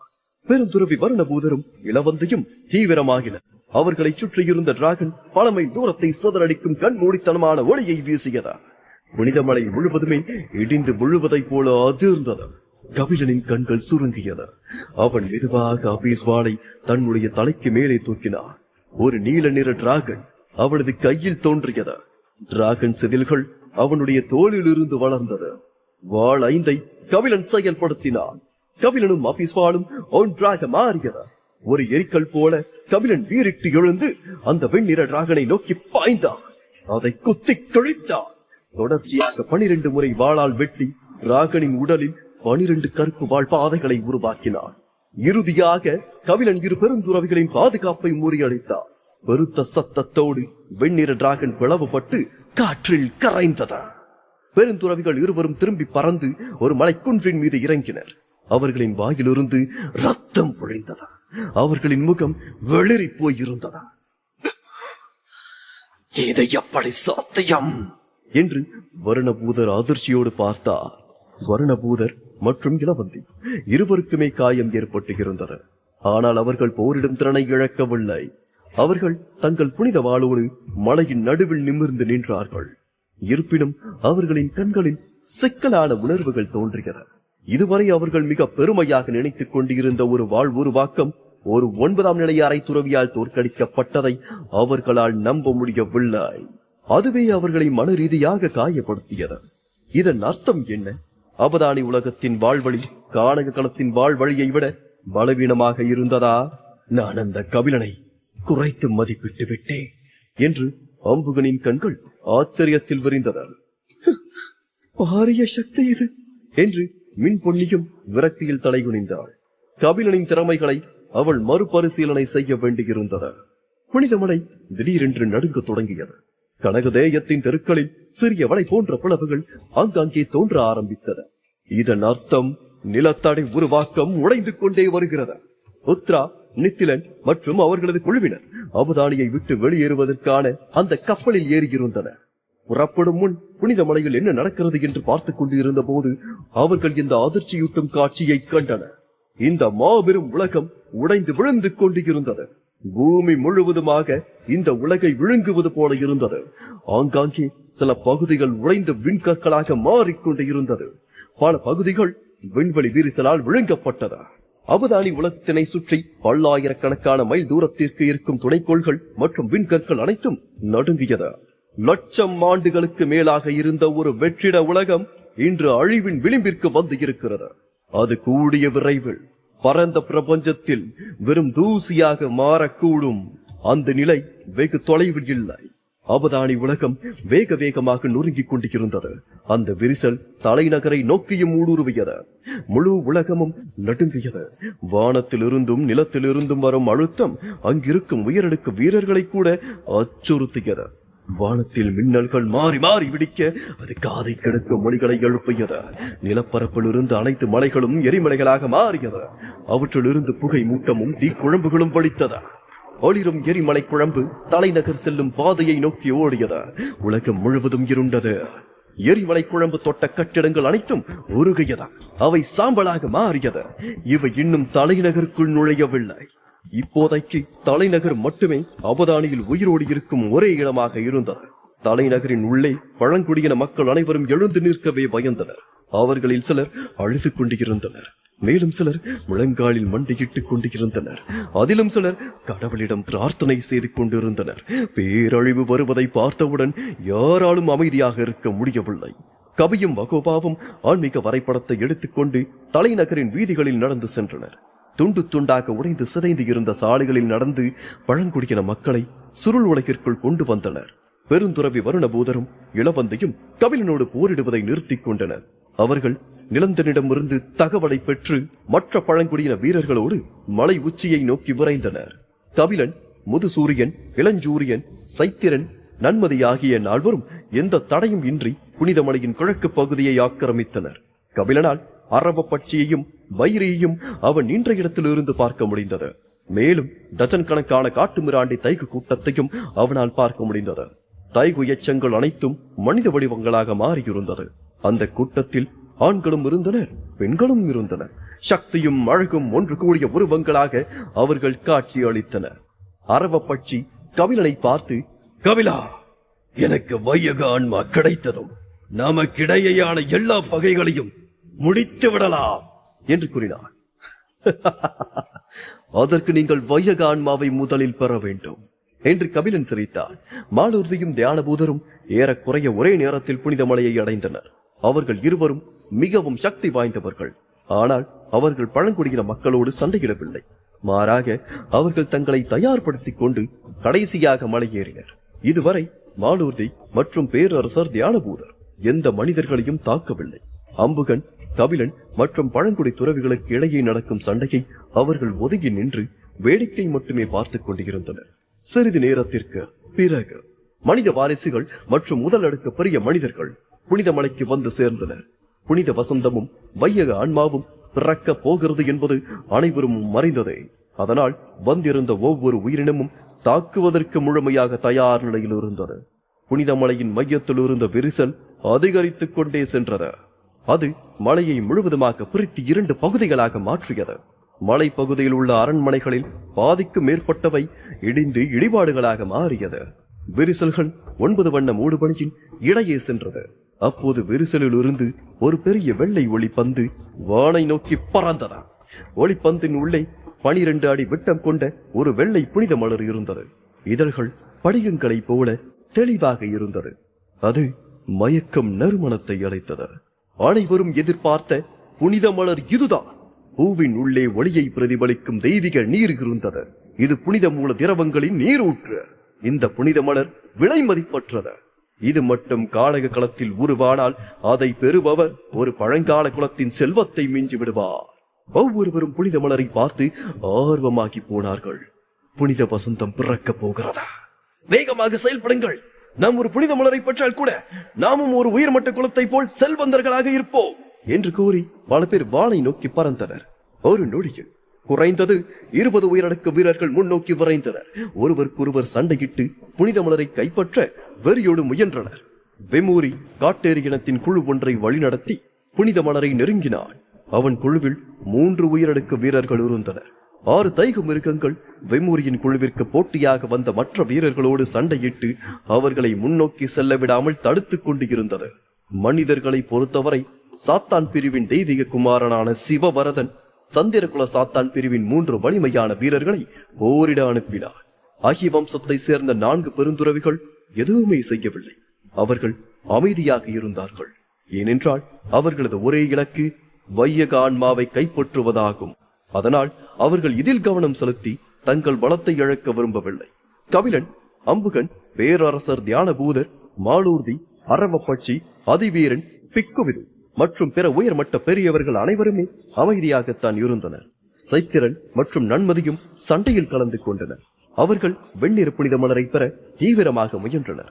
முதல் புனித மலருக்கான போர் முடிவடைவதற்கு முன்பே நிலத்தடியில் இருந்து கண்ணை கூசும் நீல ஒளி கொத்து ஒன்று வேகமாக வெளியேறியது. 2வது ஒரு நீல புனித மலர் அங்கே பிறந்தது. நீல புனித மலரின் உள்ளே 2ஆம் வர்க்க புனித மூல திரவங்கள் இருந்தது. இதற்கு முன்னர் வெளியே வந்த மலரை விட இந்த புனித மலரின் மதிப்பு மிக அதிகம். இப்போது இன்னொரு பெரிய குழு முன்னோக்கி விரைந்து வந்தது. முதுசூரியனின் கண்கள் பளபளத்தன. அவரால் அமைதியாக இருக்க முடியவில்லை. அவர் தன்னுடைய தங்க செங்கோலை எடுத்து தரையில் அழுத்தினார். இந்த புனித மலரும் அதற்குள் இருக்கும் 2ஆம் தர புனித திரவமும் என்னுடையவை அமிதாபா என்று அவர் கூச்சலிட்டார். இருப்பினும் முதுசூரியன் நீல புனித மலரை அடையும் முன் 10க்கும் மேற்பட்ட புனித ஆயுதங்கள் அவரை தாக்க ஆரம்பித்தது. இறுதிப் போரில் பங்கேற்க வந்த அனைவருமே ஈடு இணையற்ற தனித்துவமான வீரர்கள் தான். அவர்களோடு சண்டையிட்டு ஒரு புனித மலரை பெறுவதே எளிதான காரியம் அல்ல. முதல் புனித மலருக்கான போரில் ஏற்கனவே 4 பேர் இறந்து விட்டனர். அதில் 3 துறவி சாம்ராஜ்யத்தை அடைவதற்கான சோதனைகளை முறியடித்தவர்கள். இன்னொருவர் தைகுயின உறுப்பினர். இவர்கள் 4 வலிமையான ஆதிக்க சக்திகள். ஆனால் அவர்களே மரணித்து விட்டார்கள் இந்த புனித மூலத்திற்காக. ஓர் மூர்க்கமாக போய்கொண்டிருந்தது. வானத்திலிருந்து உடல்கள் விழுந்து கொண்டே இருந்தது. ரத்த மேகங்களை கரைப்படுத்தியது. சண்டை மேலும் மேலும் கொடூரமாக சென்று கொண்டிருந்தது. நான் உங்களுக்கு உதவட்டுமா பெரிய சகோதரரே என்று இளஞ்சூரியன் முதுசூரியனை பார்த்து கேட்டார். முதுசூரியனின் பாதுகாப்பு குறித்து இளஞ்சூரியன் கவலைப்பட்டார். உண்மையாகவே இருவரும் இணைந்து தாக்கினால் அவர்களுக்கு இதுவரை வெற்றி மட்டுமே கிடைத்திருக்கிறது.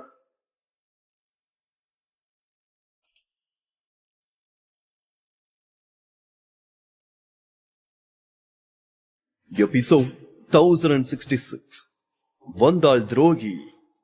முதுசூரியனோடு இளஞ்சூரியன் இணைந்து கொண்டார். இருவரும் இரண்டாவதாய் வெளியான நீல நிற புனித மலருக்காக போராட துவங்கினர். வெண்ணிற புலியும் கருப்பு டிராகனும் தன்னுடைய போரை துவங்கியது. டிராகனும் புலியும் கர்ஜிக்க ஒரு தாக்குதல் அலை அங்கு இருப்பவர்கள் மீது பெருங்கடலின் கொந்தளிப்பாக அடித்து பின்வாங்க வைத்தனர். 2 துறவிகளும் இணைந்ததனால் உருவான ஒப்பற்ற சக்திக்கு எதிராக எந்த பெரிய படையாலும் நிற்க முடியவில்லை. நீல நிற புனித மலருக்காக போராட வந்த அனைத்து உயிரினங்களையும் அவர்களது தாக்குதல் அலை சக்தி தட்டிச் சென்றது. ஒரு சில உயிரினங்களால் மட்டுமே அவர்களுடைய தாக்குதலை தாங்கிக் கொள்ள முடிந்தது. 2 பிக்குகளையும் சமாளிப்பது கடினம் என்றான் அரவப்பட்சி. இதற்கு முன்பு முதுசூரியனும் இளஞ்சூரியனும் ஒன்றாய் இணைந்து அரவப்பட்சியை தாக்கி இருக்கின்றனர். அந்த தாக்குதலை அரவப்பட்சியால் தடுக்கத்தான் முடிந்ததே தவிர அவர்களை தோற்கடிக்க முடியவில்லை. இப்போது அவர்களின் சாகுபடி வேறு மீண்டும் மேம்பட்டு இருக்கிறது. இது அரவப்பட்சிக்கு அவர்களை எதிர்த்து போராடுவதை மேலும் கடினமாக்கியது. அம்புகள் ஆச்சரியத்தோடும் குழப்பத்தோடும் கபிலனை பார்த்தார். இவ்வளவு பலம் வாய்ந்த 2 பெக்குகள் எதற்காக கபிலன் போன்ற ஒன்றுமில்லாத ஒருவரை பின்தொடர்ந்து கொண்டிருக்கின்றார்கள்? இது எனக்கு புரியவில்லை. உண்மையில் இவன் யார்? இவனை ஏன் இத்தனை பேர் பின்தொடர்கிறார்கள்? அதுவும் சக்தி வாய்ந்தவர்கள். இந்த 2 பிக்குகளை தடுக்க அரவப்பட்சி போன்ற உயிரெடுக்க வீரர்களால் கூட முடியாது. இவர்களை தடுக்க கபிலன், விமூரி அல்லது மாலூர்தியை போன்ற நட்சத்திர மாவீரர்கள் தான் வர வேண்டும் என்று கூறினான். இறுதியில் முதுசூரியன் இளஞ்சூரியன் ஆகியோர் மற்ற போட்டியாளர்களை வீழ்த்தி நீல நிற புனித மலரை கைப்பற்றினர். அதை மீண்டும் மலை உச்சியில் கொண்டு வந்து கபிலனிடம் கொடுத்தனர். புனித மலருக்கான முதல் போர் முடிந்தது. இரண்டாவது தோன்றிய நீல நிற மலரின் போர் முதலில் முடிந்தது. முதலாவதாக தோன்றிய வெண்ணிற மலருக்கான போர் தொடர்ந்து நடைபெற்றது.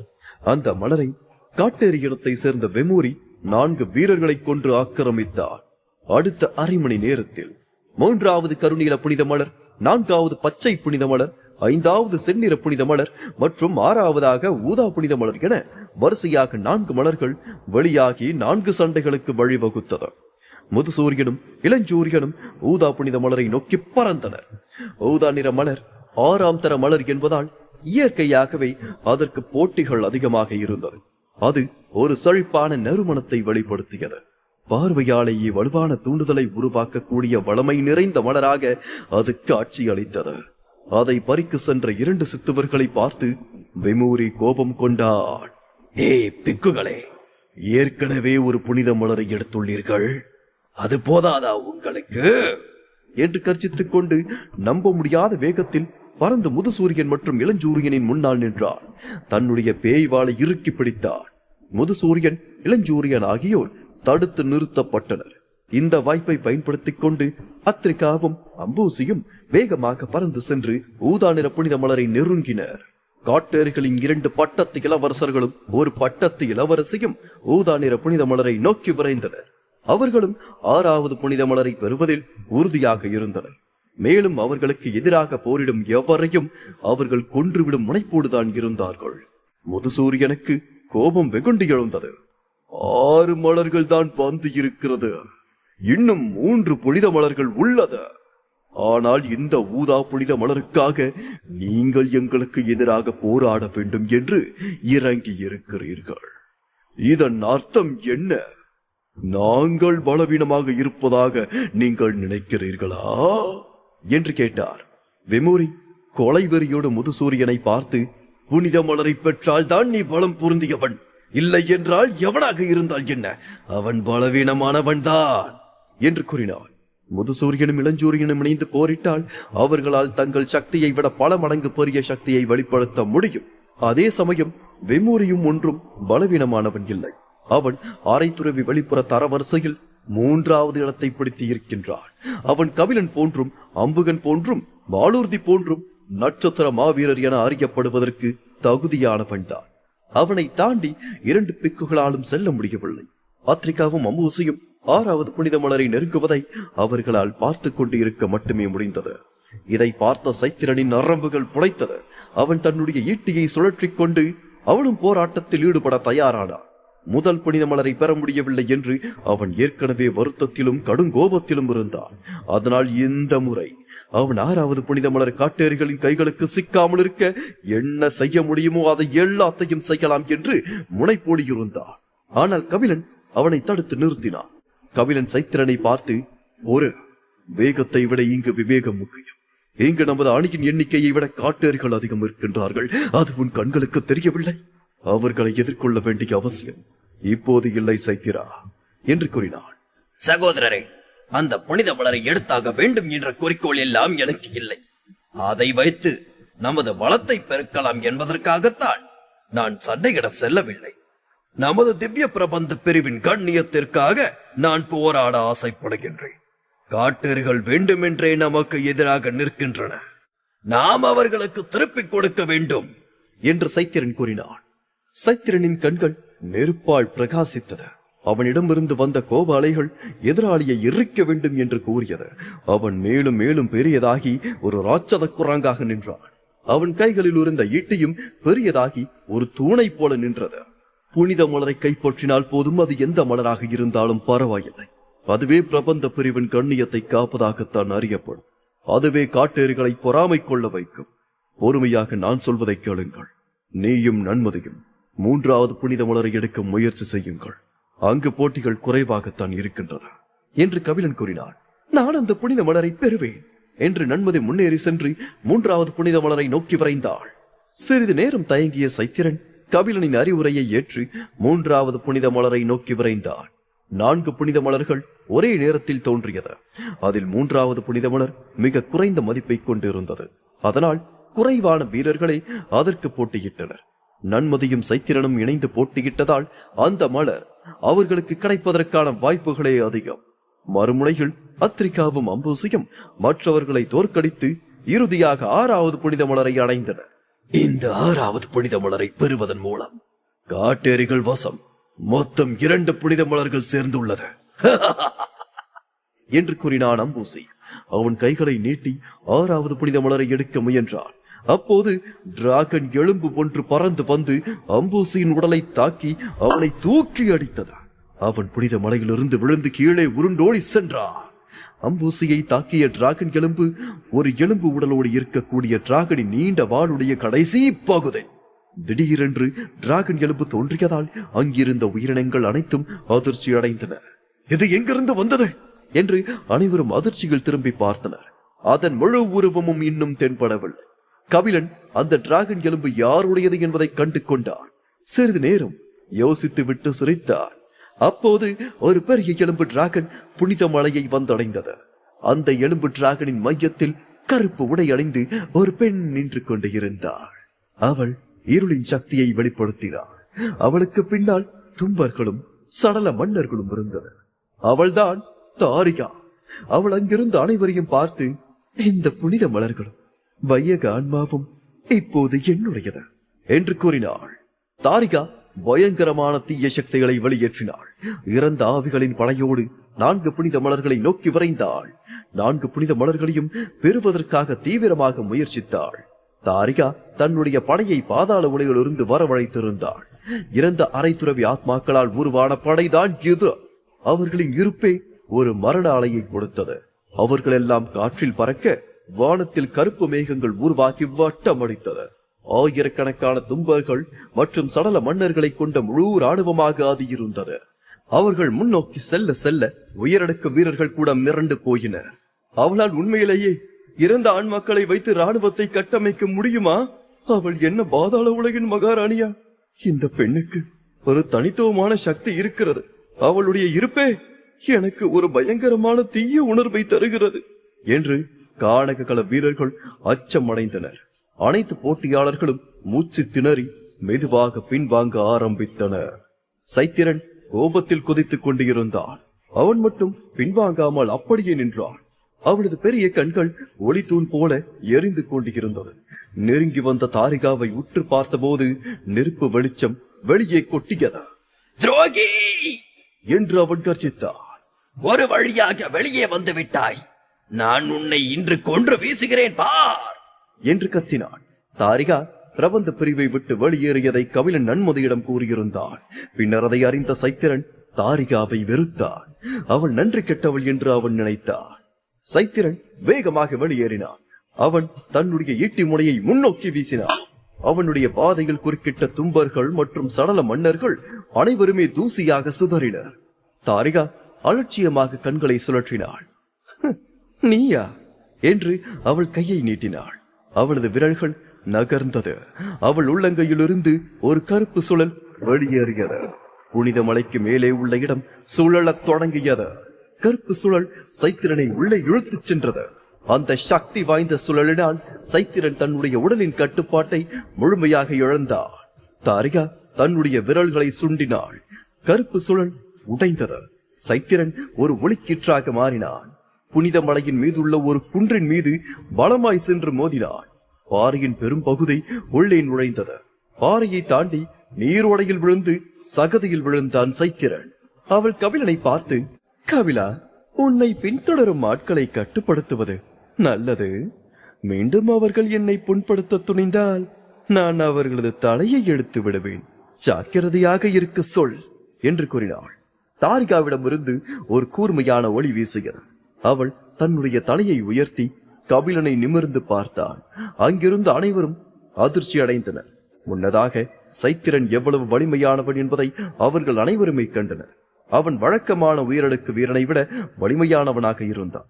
ஆனால் அவனே இந்த கருப்பு அங்கி அணிந்த பெண்ணுக்கு முன்னால் ஒரு குழந்தையைப் போல இருந்தான். அவனால் அவளை எதிர்த்து போராட முடியவில்லை. மரண அலையை வீசிய இந்த பெண் ஒரு நட்சத்திர மாவீரர் போல தோற்றமளித்தாள். கபிலனுக்கும் அவளுக்கும் நடந்த உரையாடலை அனைவருமே கேட்டனர். அனைவரும் ஆச்சரியப்பட்டனர். இவள் ஒரு காலத்தில் கபிலனின் சீடரா? அத்தகைய சக்தி வாய்ந்த நபர் யாருக்கும் அடிபணிய மாட்டார். அவள் நிச்சயமாக கபிலனை காட்டிக் கொடுக்க தயங்க கூட மாட்டாள். கபிலனிடம் உண்மையில் நிறைய திறமைசாலிகள் இருக்கின்றார்கள்.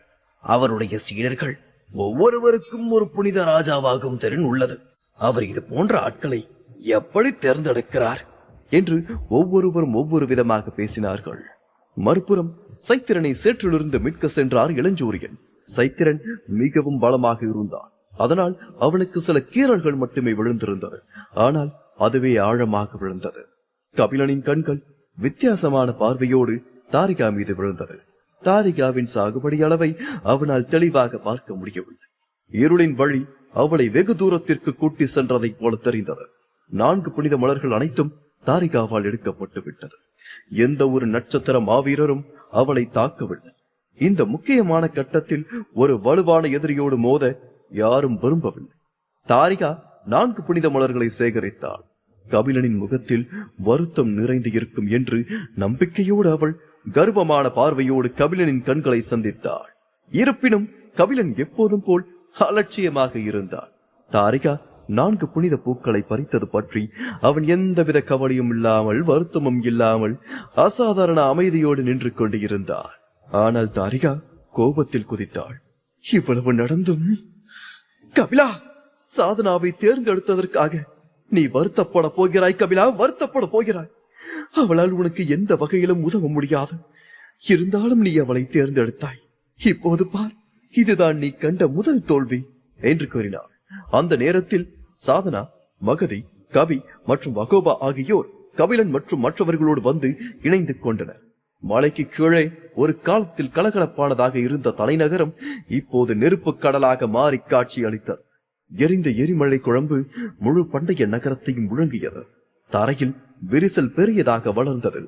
உயிரோடு இருக்கும் ஆட்களை மலைக்கு கீழே கண்டுபிடிப்பது கடினமாக இருந்தது.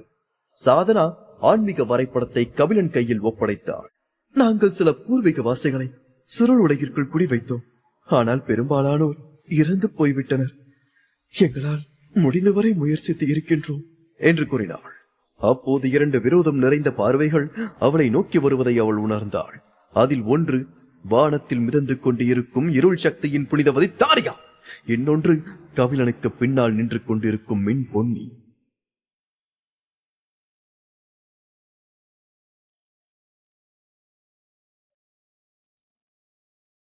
எபிசோட் 1067 வையக வாரிசு. கபிலனோடு நின்று சாதனா பேசிக் கொண்டு இருந்தாள். பூர்வக்குடி மக்களை வரைபடத்திற்குள் அனுப்பி வைத்ததாக கூறிக்கொண்டு இருந்தாள் சாதனா. அவள் கபிலனோடு பேச பேச தாரிகாவிற்கோ நெருப்பில் நிற்பதை போல இருந்தது. அவள் கண்களில் இருந்து கோப ஒளி வெளிப்பட்டது.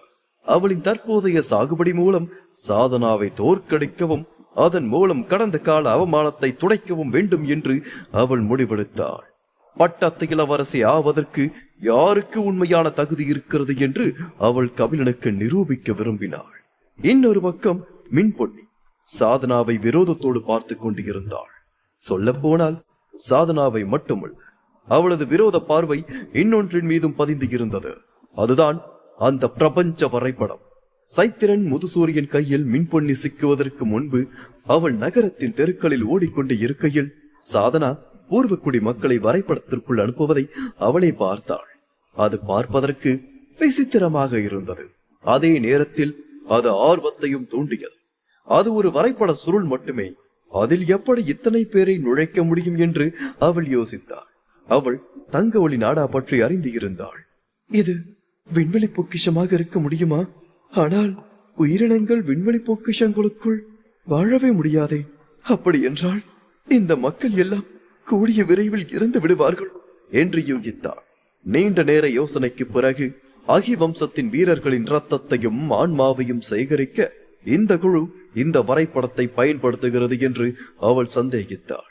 இது அவளை கோபத்தின் உச்சிக்கு கூட்டிச் சென்றது. அவளால் உணர்ச்சிகளை கட்டுப்படுத்த முடியவில்லை. அவளிடமிருந்து விரோதம் சுட்டெரிக்கும் சூரிய அலையாய் வெளியேறியது. அவளிடமிருந்து வரும் விரோத அலையை உணர்ந்து விரைவாக அவளுக்கு விளக்கினார். அமிதாபா அமிதாபா, இளவரசி, நீங்கள் கவலைப்பட வேண்டாம். நாங்கள் அவர்களை காப்பாற்றத்தான் செய்து இருக்கின்றோம். அவர்கள் இப்போது வேறு உலகில் நன்றாக மகிழ்ச்சியாக வாழ்கிறார்கள் என்று கூறினார். மின்பொன்னி பொய்யான சிரிப்பை உதிர்த்தார். அவள் அவரை நம்பவில்லை என்பது அதன் மூலமாகவே தெளிவாக தெரிந்தது. சாதனா ஆர்வமாக இருந்தாள். யார் அவள் என்று கேட்டாள். முதுசூரியனின் இதயம் துடித்தது. கடைசியாக தனக்கு வாய்ப்பு வந்து விட்டதாக உணர்ந்தார். அதனால் கபிலன் பேசுவதற்கு முன்பே அவர் வேகமாக பாய்ந்து சென்று, இது அகி வம்சத்தின் 7வது இளவரசி. இவளுடைய திறமை அசாதாரணமானது. அதனால் நான் இவளை ஒரு சீடராக ஏற்றுக்கொண்டு அவளுக்கு புத்த நுட்பங்களை கற்பிக்க விரும்புகின்றேன். இருப்பினும் பிரபு, அதாவது உங்களுடைய வருங்கால கணவர் அவள் மீது ஆர்வமாக இருப்பதாக தெரிகிறது. பார்த்துக் கொள்ளுங்கள் அபிதாபா என்று கூறினார். பேசி முடித்த முதுசூரியன் வேகமாக திரும்பினார். கபிலனின் கண்களை அவர் சந்திக்க துணியவில்லை. அப்படியா, சரி, நான் பார்க்கிறேன் என்று சிரித்துக் கொண்டே மின்பொன்னியை நோக்கி நடந்தாள் சாதனா. இளவரசியை அவள் முகம் முதல் கால்வரை படித்தாள். ஒரு விவரத்தையும் கூட தவற விடவில்லை. மின்பொன்னி மிகவும் பதட்டத்தோடு மூச்சை பிடித்தாள். சாதனாவின் கண்கள் ஊசி போல மின்பொன்னியின் உடலுக்குள் ஊடுருவியது. மின்பொன்னியால் எந்த ரகசியத்தையும் மறைக்க முடியவில்லை. சாதனா கபிலனை பார்த்து, பரவாயில்லை, உண்மையிலேயே உங்களுக்கு நல்ல ரசனை இருக்கிறது என்று கூறினாள். வெளிப்படையாக இந்த வார்த்தைகளை உதிர்த்துவிட்டு கபிலனுக்கு மட்டும் கேட்கும்படி அவனிடம் ரகசியமாக உரையாடினாள் சாதனா. கபிலா, இந்த பெண்ணிடம் ஏதோ தவறு இருக்கிறது. இவள் நிச்சயமாக வழக்கமான ஒரு மனிதர் போல எனக்கு தெரியவில்லை. இவளுடைய திறமைகள் உன்னுடையதை விட அதிகமாக இருக்கலாம், கவனமாக இரு என்று கூறினாள். கபிலன் அவளை பார்த்து தன்னுடைய குரலை சிறுமிக் கொண்டே, உண்மையில் இவள் ஒரு இளவரசியே அல்ல. எப்படியும் வையக ஆன்மா தோன்றும் போது இவளை தன்னை வெளிப்படுத்திக் கொள்வாள் என்று கூறினான். கபிலன் ஏற்கனவே இது பற்றி அறிந்து இருந்ததால் சாதனா வேறு எதுவும் பேசவில்லை. மகதி என்று சாதனா அமைதியாக அழைத்தாள். மகதியிடம் ரகசியமாக உரையாடினாள். இவளை கவனித்துக் கொள். அவள் ஏதாவது செய்ய துணிந்தாள், உடனே அவளை அடக்கிவிட. புரிகிறதா என்று கூறினாள். தற்போது சைத்திரன், முது சூரியன் என இருபெரும் படைகள் மின்பொன்னிக்கு காவலாக நிற்கின்றனர். இந்த சமயத்தில் கபிலனும் சாதனாவும் தாக்க நினைத்தால் அது பிரிவிற்குள்ளேயே ஒரு மோதலை உருவாக்கும். அதுவும் வையக ஆன்மாவிற்காக போட்டியிடும் இந்த நேரத்தில் அப்படி ஒரு சண்டை உருவானால் அது பிரிவிற்கு பாதகமாக அமையும். புனித மலை கடுமையாக குலுங்கியதால் அடுத்தடுத்து வந்த புனித மலர்கள் தரையிலிருந்து மேலே பறந்தது. 7வது புனித மலர் ஒரு கருப்பு தாமரை போலவும் 12 அடி நீளத்தோடும் இருந்தது. ஒரு பெரிய மிருகம் தாமரையை நோக்கி பறந்தது. 8வது புனித மலர் தங்க ஒளியால் பிரகாசித்தது. 2 ஆன்மீக கொக்குகள் அதை சுமந்து கொண்டு வானத்தில் பறந்தது. இந்த 2 புனித மலர்களும் அதிர்ச்சியூட்டும் மதிப்பை கொண்டு இருந்தது. உயர்மட்ட பிரமுகர்களில் பெரும் பகுதியினர் அவற்றிற்காகத்தான் போராடச் சென்றனர். காட்டு மிருகங்கள் 7வது புனித மலரின் மீது தங்கள் பார்வையை பதித்தன. வைரி மற்றும் ஜெய்தாயு என்று இருவரும் சக்திகளும் 10க்கும் மேற்பட்ட தைகு மிருகங்களை வழிநடத்தி 7வது புனித மலருக்கான போராட்டத்தில் அதிரடியாக இறங்கினர். 7வது மலரில் விகாரிகளும் கூட ஆர்வம் கொண்டிருந்தனர். விகாரிகள் குழு ஒன்று காட்டு மிருகங்களோடு அந்த மலருக்காக சண்டையிட ஆரம்பித்தனர். மனிதர்கள் 8வது புனித மலரை நோக்கமாக கொண்டு செயல்பட்டனர். துறவி விது, இரண்யன் மற்றும் அகலிகா ஆகியோர் ஒரு குழுவை வழிநடத்தி 8வது மலருக்கு போட்டியிட்டனர். அவர்களோடு காட்டேரி குலத்தின் 3 பட்டத்து இளவரசர்கள் மற்றும் சிப்பாய்கள் என சண்டையிடத் தொடங்கினர். இந்த முறை தாரிகா உணர்ச்சி வசப்பட்டு செயல்படவில்லை. போட்டி மிகவும் விறுவிறுப்பாக இருந்தது. 2 போர்களிலும் எண்ணற்ற உயர்மட்ட பிரமுகர்கள் சண்டையிட்டுக் கொண்டு இருந்தனர். அவளிடம் 2 ஆன்மாக்களால் ஆன ராணுவம் இருந்தாலும் அவளுக்கும் பாதிப்பு ஏற்படத்தான் போகிறது. கபிலன் முது சூரியனையும் இளஞ்சூரியனையும் சண்டையில் சேர விடாமல் தடுத்தான். நான் சொல்வதை நன்றாக கேளுங்கள். வையக ஆன்மா அநேகமாக 9வது புனித மலரோடுதான் தோன்றும். எனவே போருக்கு தயாராக இருங்கள். என்ன ஆனாலும் நம் வையக ஆன்மாவை கைப்பற்ற வேண்டும் என்று கூறினான். 8வது புனித மலர் தோன்றிய போது கபிலன் வையக ஆன்மாவின் மங்களான ஒளியை உணர்ந்தான். அதனால்தான் அவன் இந்த யூகத்திற்கு வந்தான். கபி படுத்துக்கொண்டு அதன் காதை தரையில் அழுத்தியபடி கிடந்தான். வையக ஆன்மாவின் வருகையை அவன் உன்னிப்பாக கவனித்துக் கொண்டு இருந்தான். 9வது புனித மலர் தோன்றும் அதே நேரத்தில் வையக ஆன்மாவும் தோன்றும் என்று கூறினான் கவி. கபிலன் மட்டுமல்லாது அம்புகன், அரவப்பட்சி, அதிவீரன், பேரரசர், தியானபூதர், மாலூர்தி, அவதானி உலகத்தின் 4 பெருந்துறவிகள் என எல்லோரும் அதே உணர்வோடுதான் இருந்தார்கள். அவர்களின் கண்கள் கூர்மையடைந்தது மற்றும் அவர்களின் ஒளி முன்பு இருந்ததை விட அதிக தீவிரமாக இருந்தது. அவை ஏதோ கட்டவிழ்க்கப்படவிருக்கும் வாழ் போல இருந்தது. அம்புகன் இரத்த சிவப்பு நிற ஒளியோடு பிரகாசித்தான். 3 ஜோடி இரத்த சிறகுகள் ஒரே அடியாக விரிந்தது. கூச்சலிட்டபடி அவன் விரிசலை நோக்கி விரைந்தான். அவனை நிறுத்துங்கள் என்று அவதானி உலகத்தின் வாரிசு நிலந்தன் கர்ஜித்தான். ஒரு மாபெரும் சக்தி நிலந்தனின் உடலிலிருந்து பீரிட்டு எழுந்தது. அது 8 நீல டிராகன் நிழல்களாக மாறியது. இந்த 8 டிராகன்களும் மற்ற பெருந்துறவிகளின் டிராகன்களை விட மிக மிக வலிமையானவையாக இருந்தது. அவை விண்கலத்தால் செய்யப்பட்ட சிலை போல தகதகவென பிரகாசித்தது. அவை வானத்தில் பறந்தபோது உலோக கணைகளும் தீப்பொறிகளும் பறந்தது. நட்சத்திர மாவீரர்களை விட நிலந்தன் வலிமையானவன் என்று இப்போது தெளிவாக தெரிந்தது. அம்புகன் விரிசலை கடந்து நிலத்தடிக்கே செல்ல ஆயத்தம் ஆவான் என்று யாரும் எதிர்பார்க்கவில்லை. அவன் வையக ஆன்மாவை நேரடியாக எதிர்கொள்ள முயல்கிறானா? ஆனால் அவனால் இதில் வெற்றி பெற முடியுமா இல்லையா என்பது இப்போது முக்கியமில்லை. அவனை முதலில் நிறுத்த வேண்டும் என்று அனைவரும் முடிவெடுத்தனர். நிலந்தன் முதலில் வெளியே பறந்தான். அவன் கிட்டத்தட்ட 8 டிராகன் நிழல்களோடு வெளியே பறந்தான். அவனிடமிருந்து நீல நிற ஒளி பயங்கரமாக வெளியேறியது. பத்ம பாதகத்தை முடித்திருந்த காட்டெரிகுல வீரன் ஒருவன் அம்புகனை நோக்கி பாயும் நிலந்தனை நோக்கி பறந்தான். உன்னை நீயே மிகைப்படுத்திக் கொண்டிருக்கிறாய் என்று அம்புகனை பார்த்து கர்ஜித்தான் நிலந்தன். நிலந்தன் ஆழமான மூச்சை இழுத்தான். அவன் ஒரு கூர்மையான நீல கத்தியை உருவாக்கினான். அதை தன்னை துரத்தி வரும் காட்டெறிகுல வீரனை நோக்கி வேகமாக வீசினான். அந்த வீரனின் முகத்தில் குரூர சிரிப்பு ஒன்று இருந்தது. அனைவரையும் குழப்பும் வகையில் அவன் ஒன்றை கூறினான்.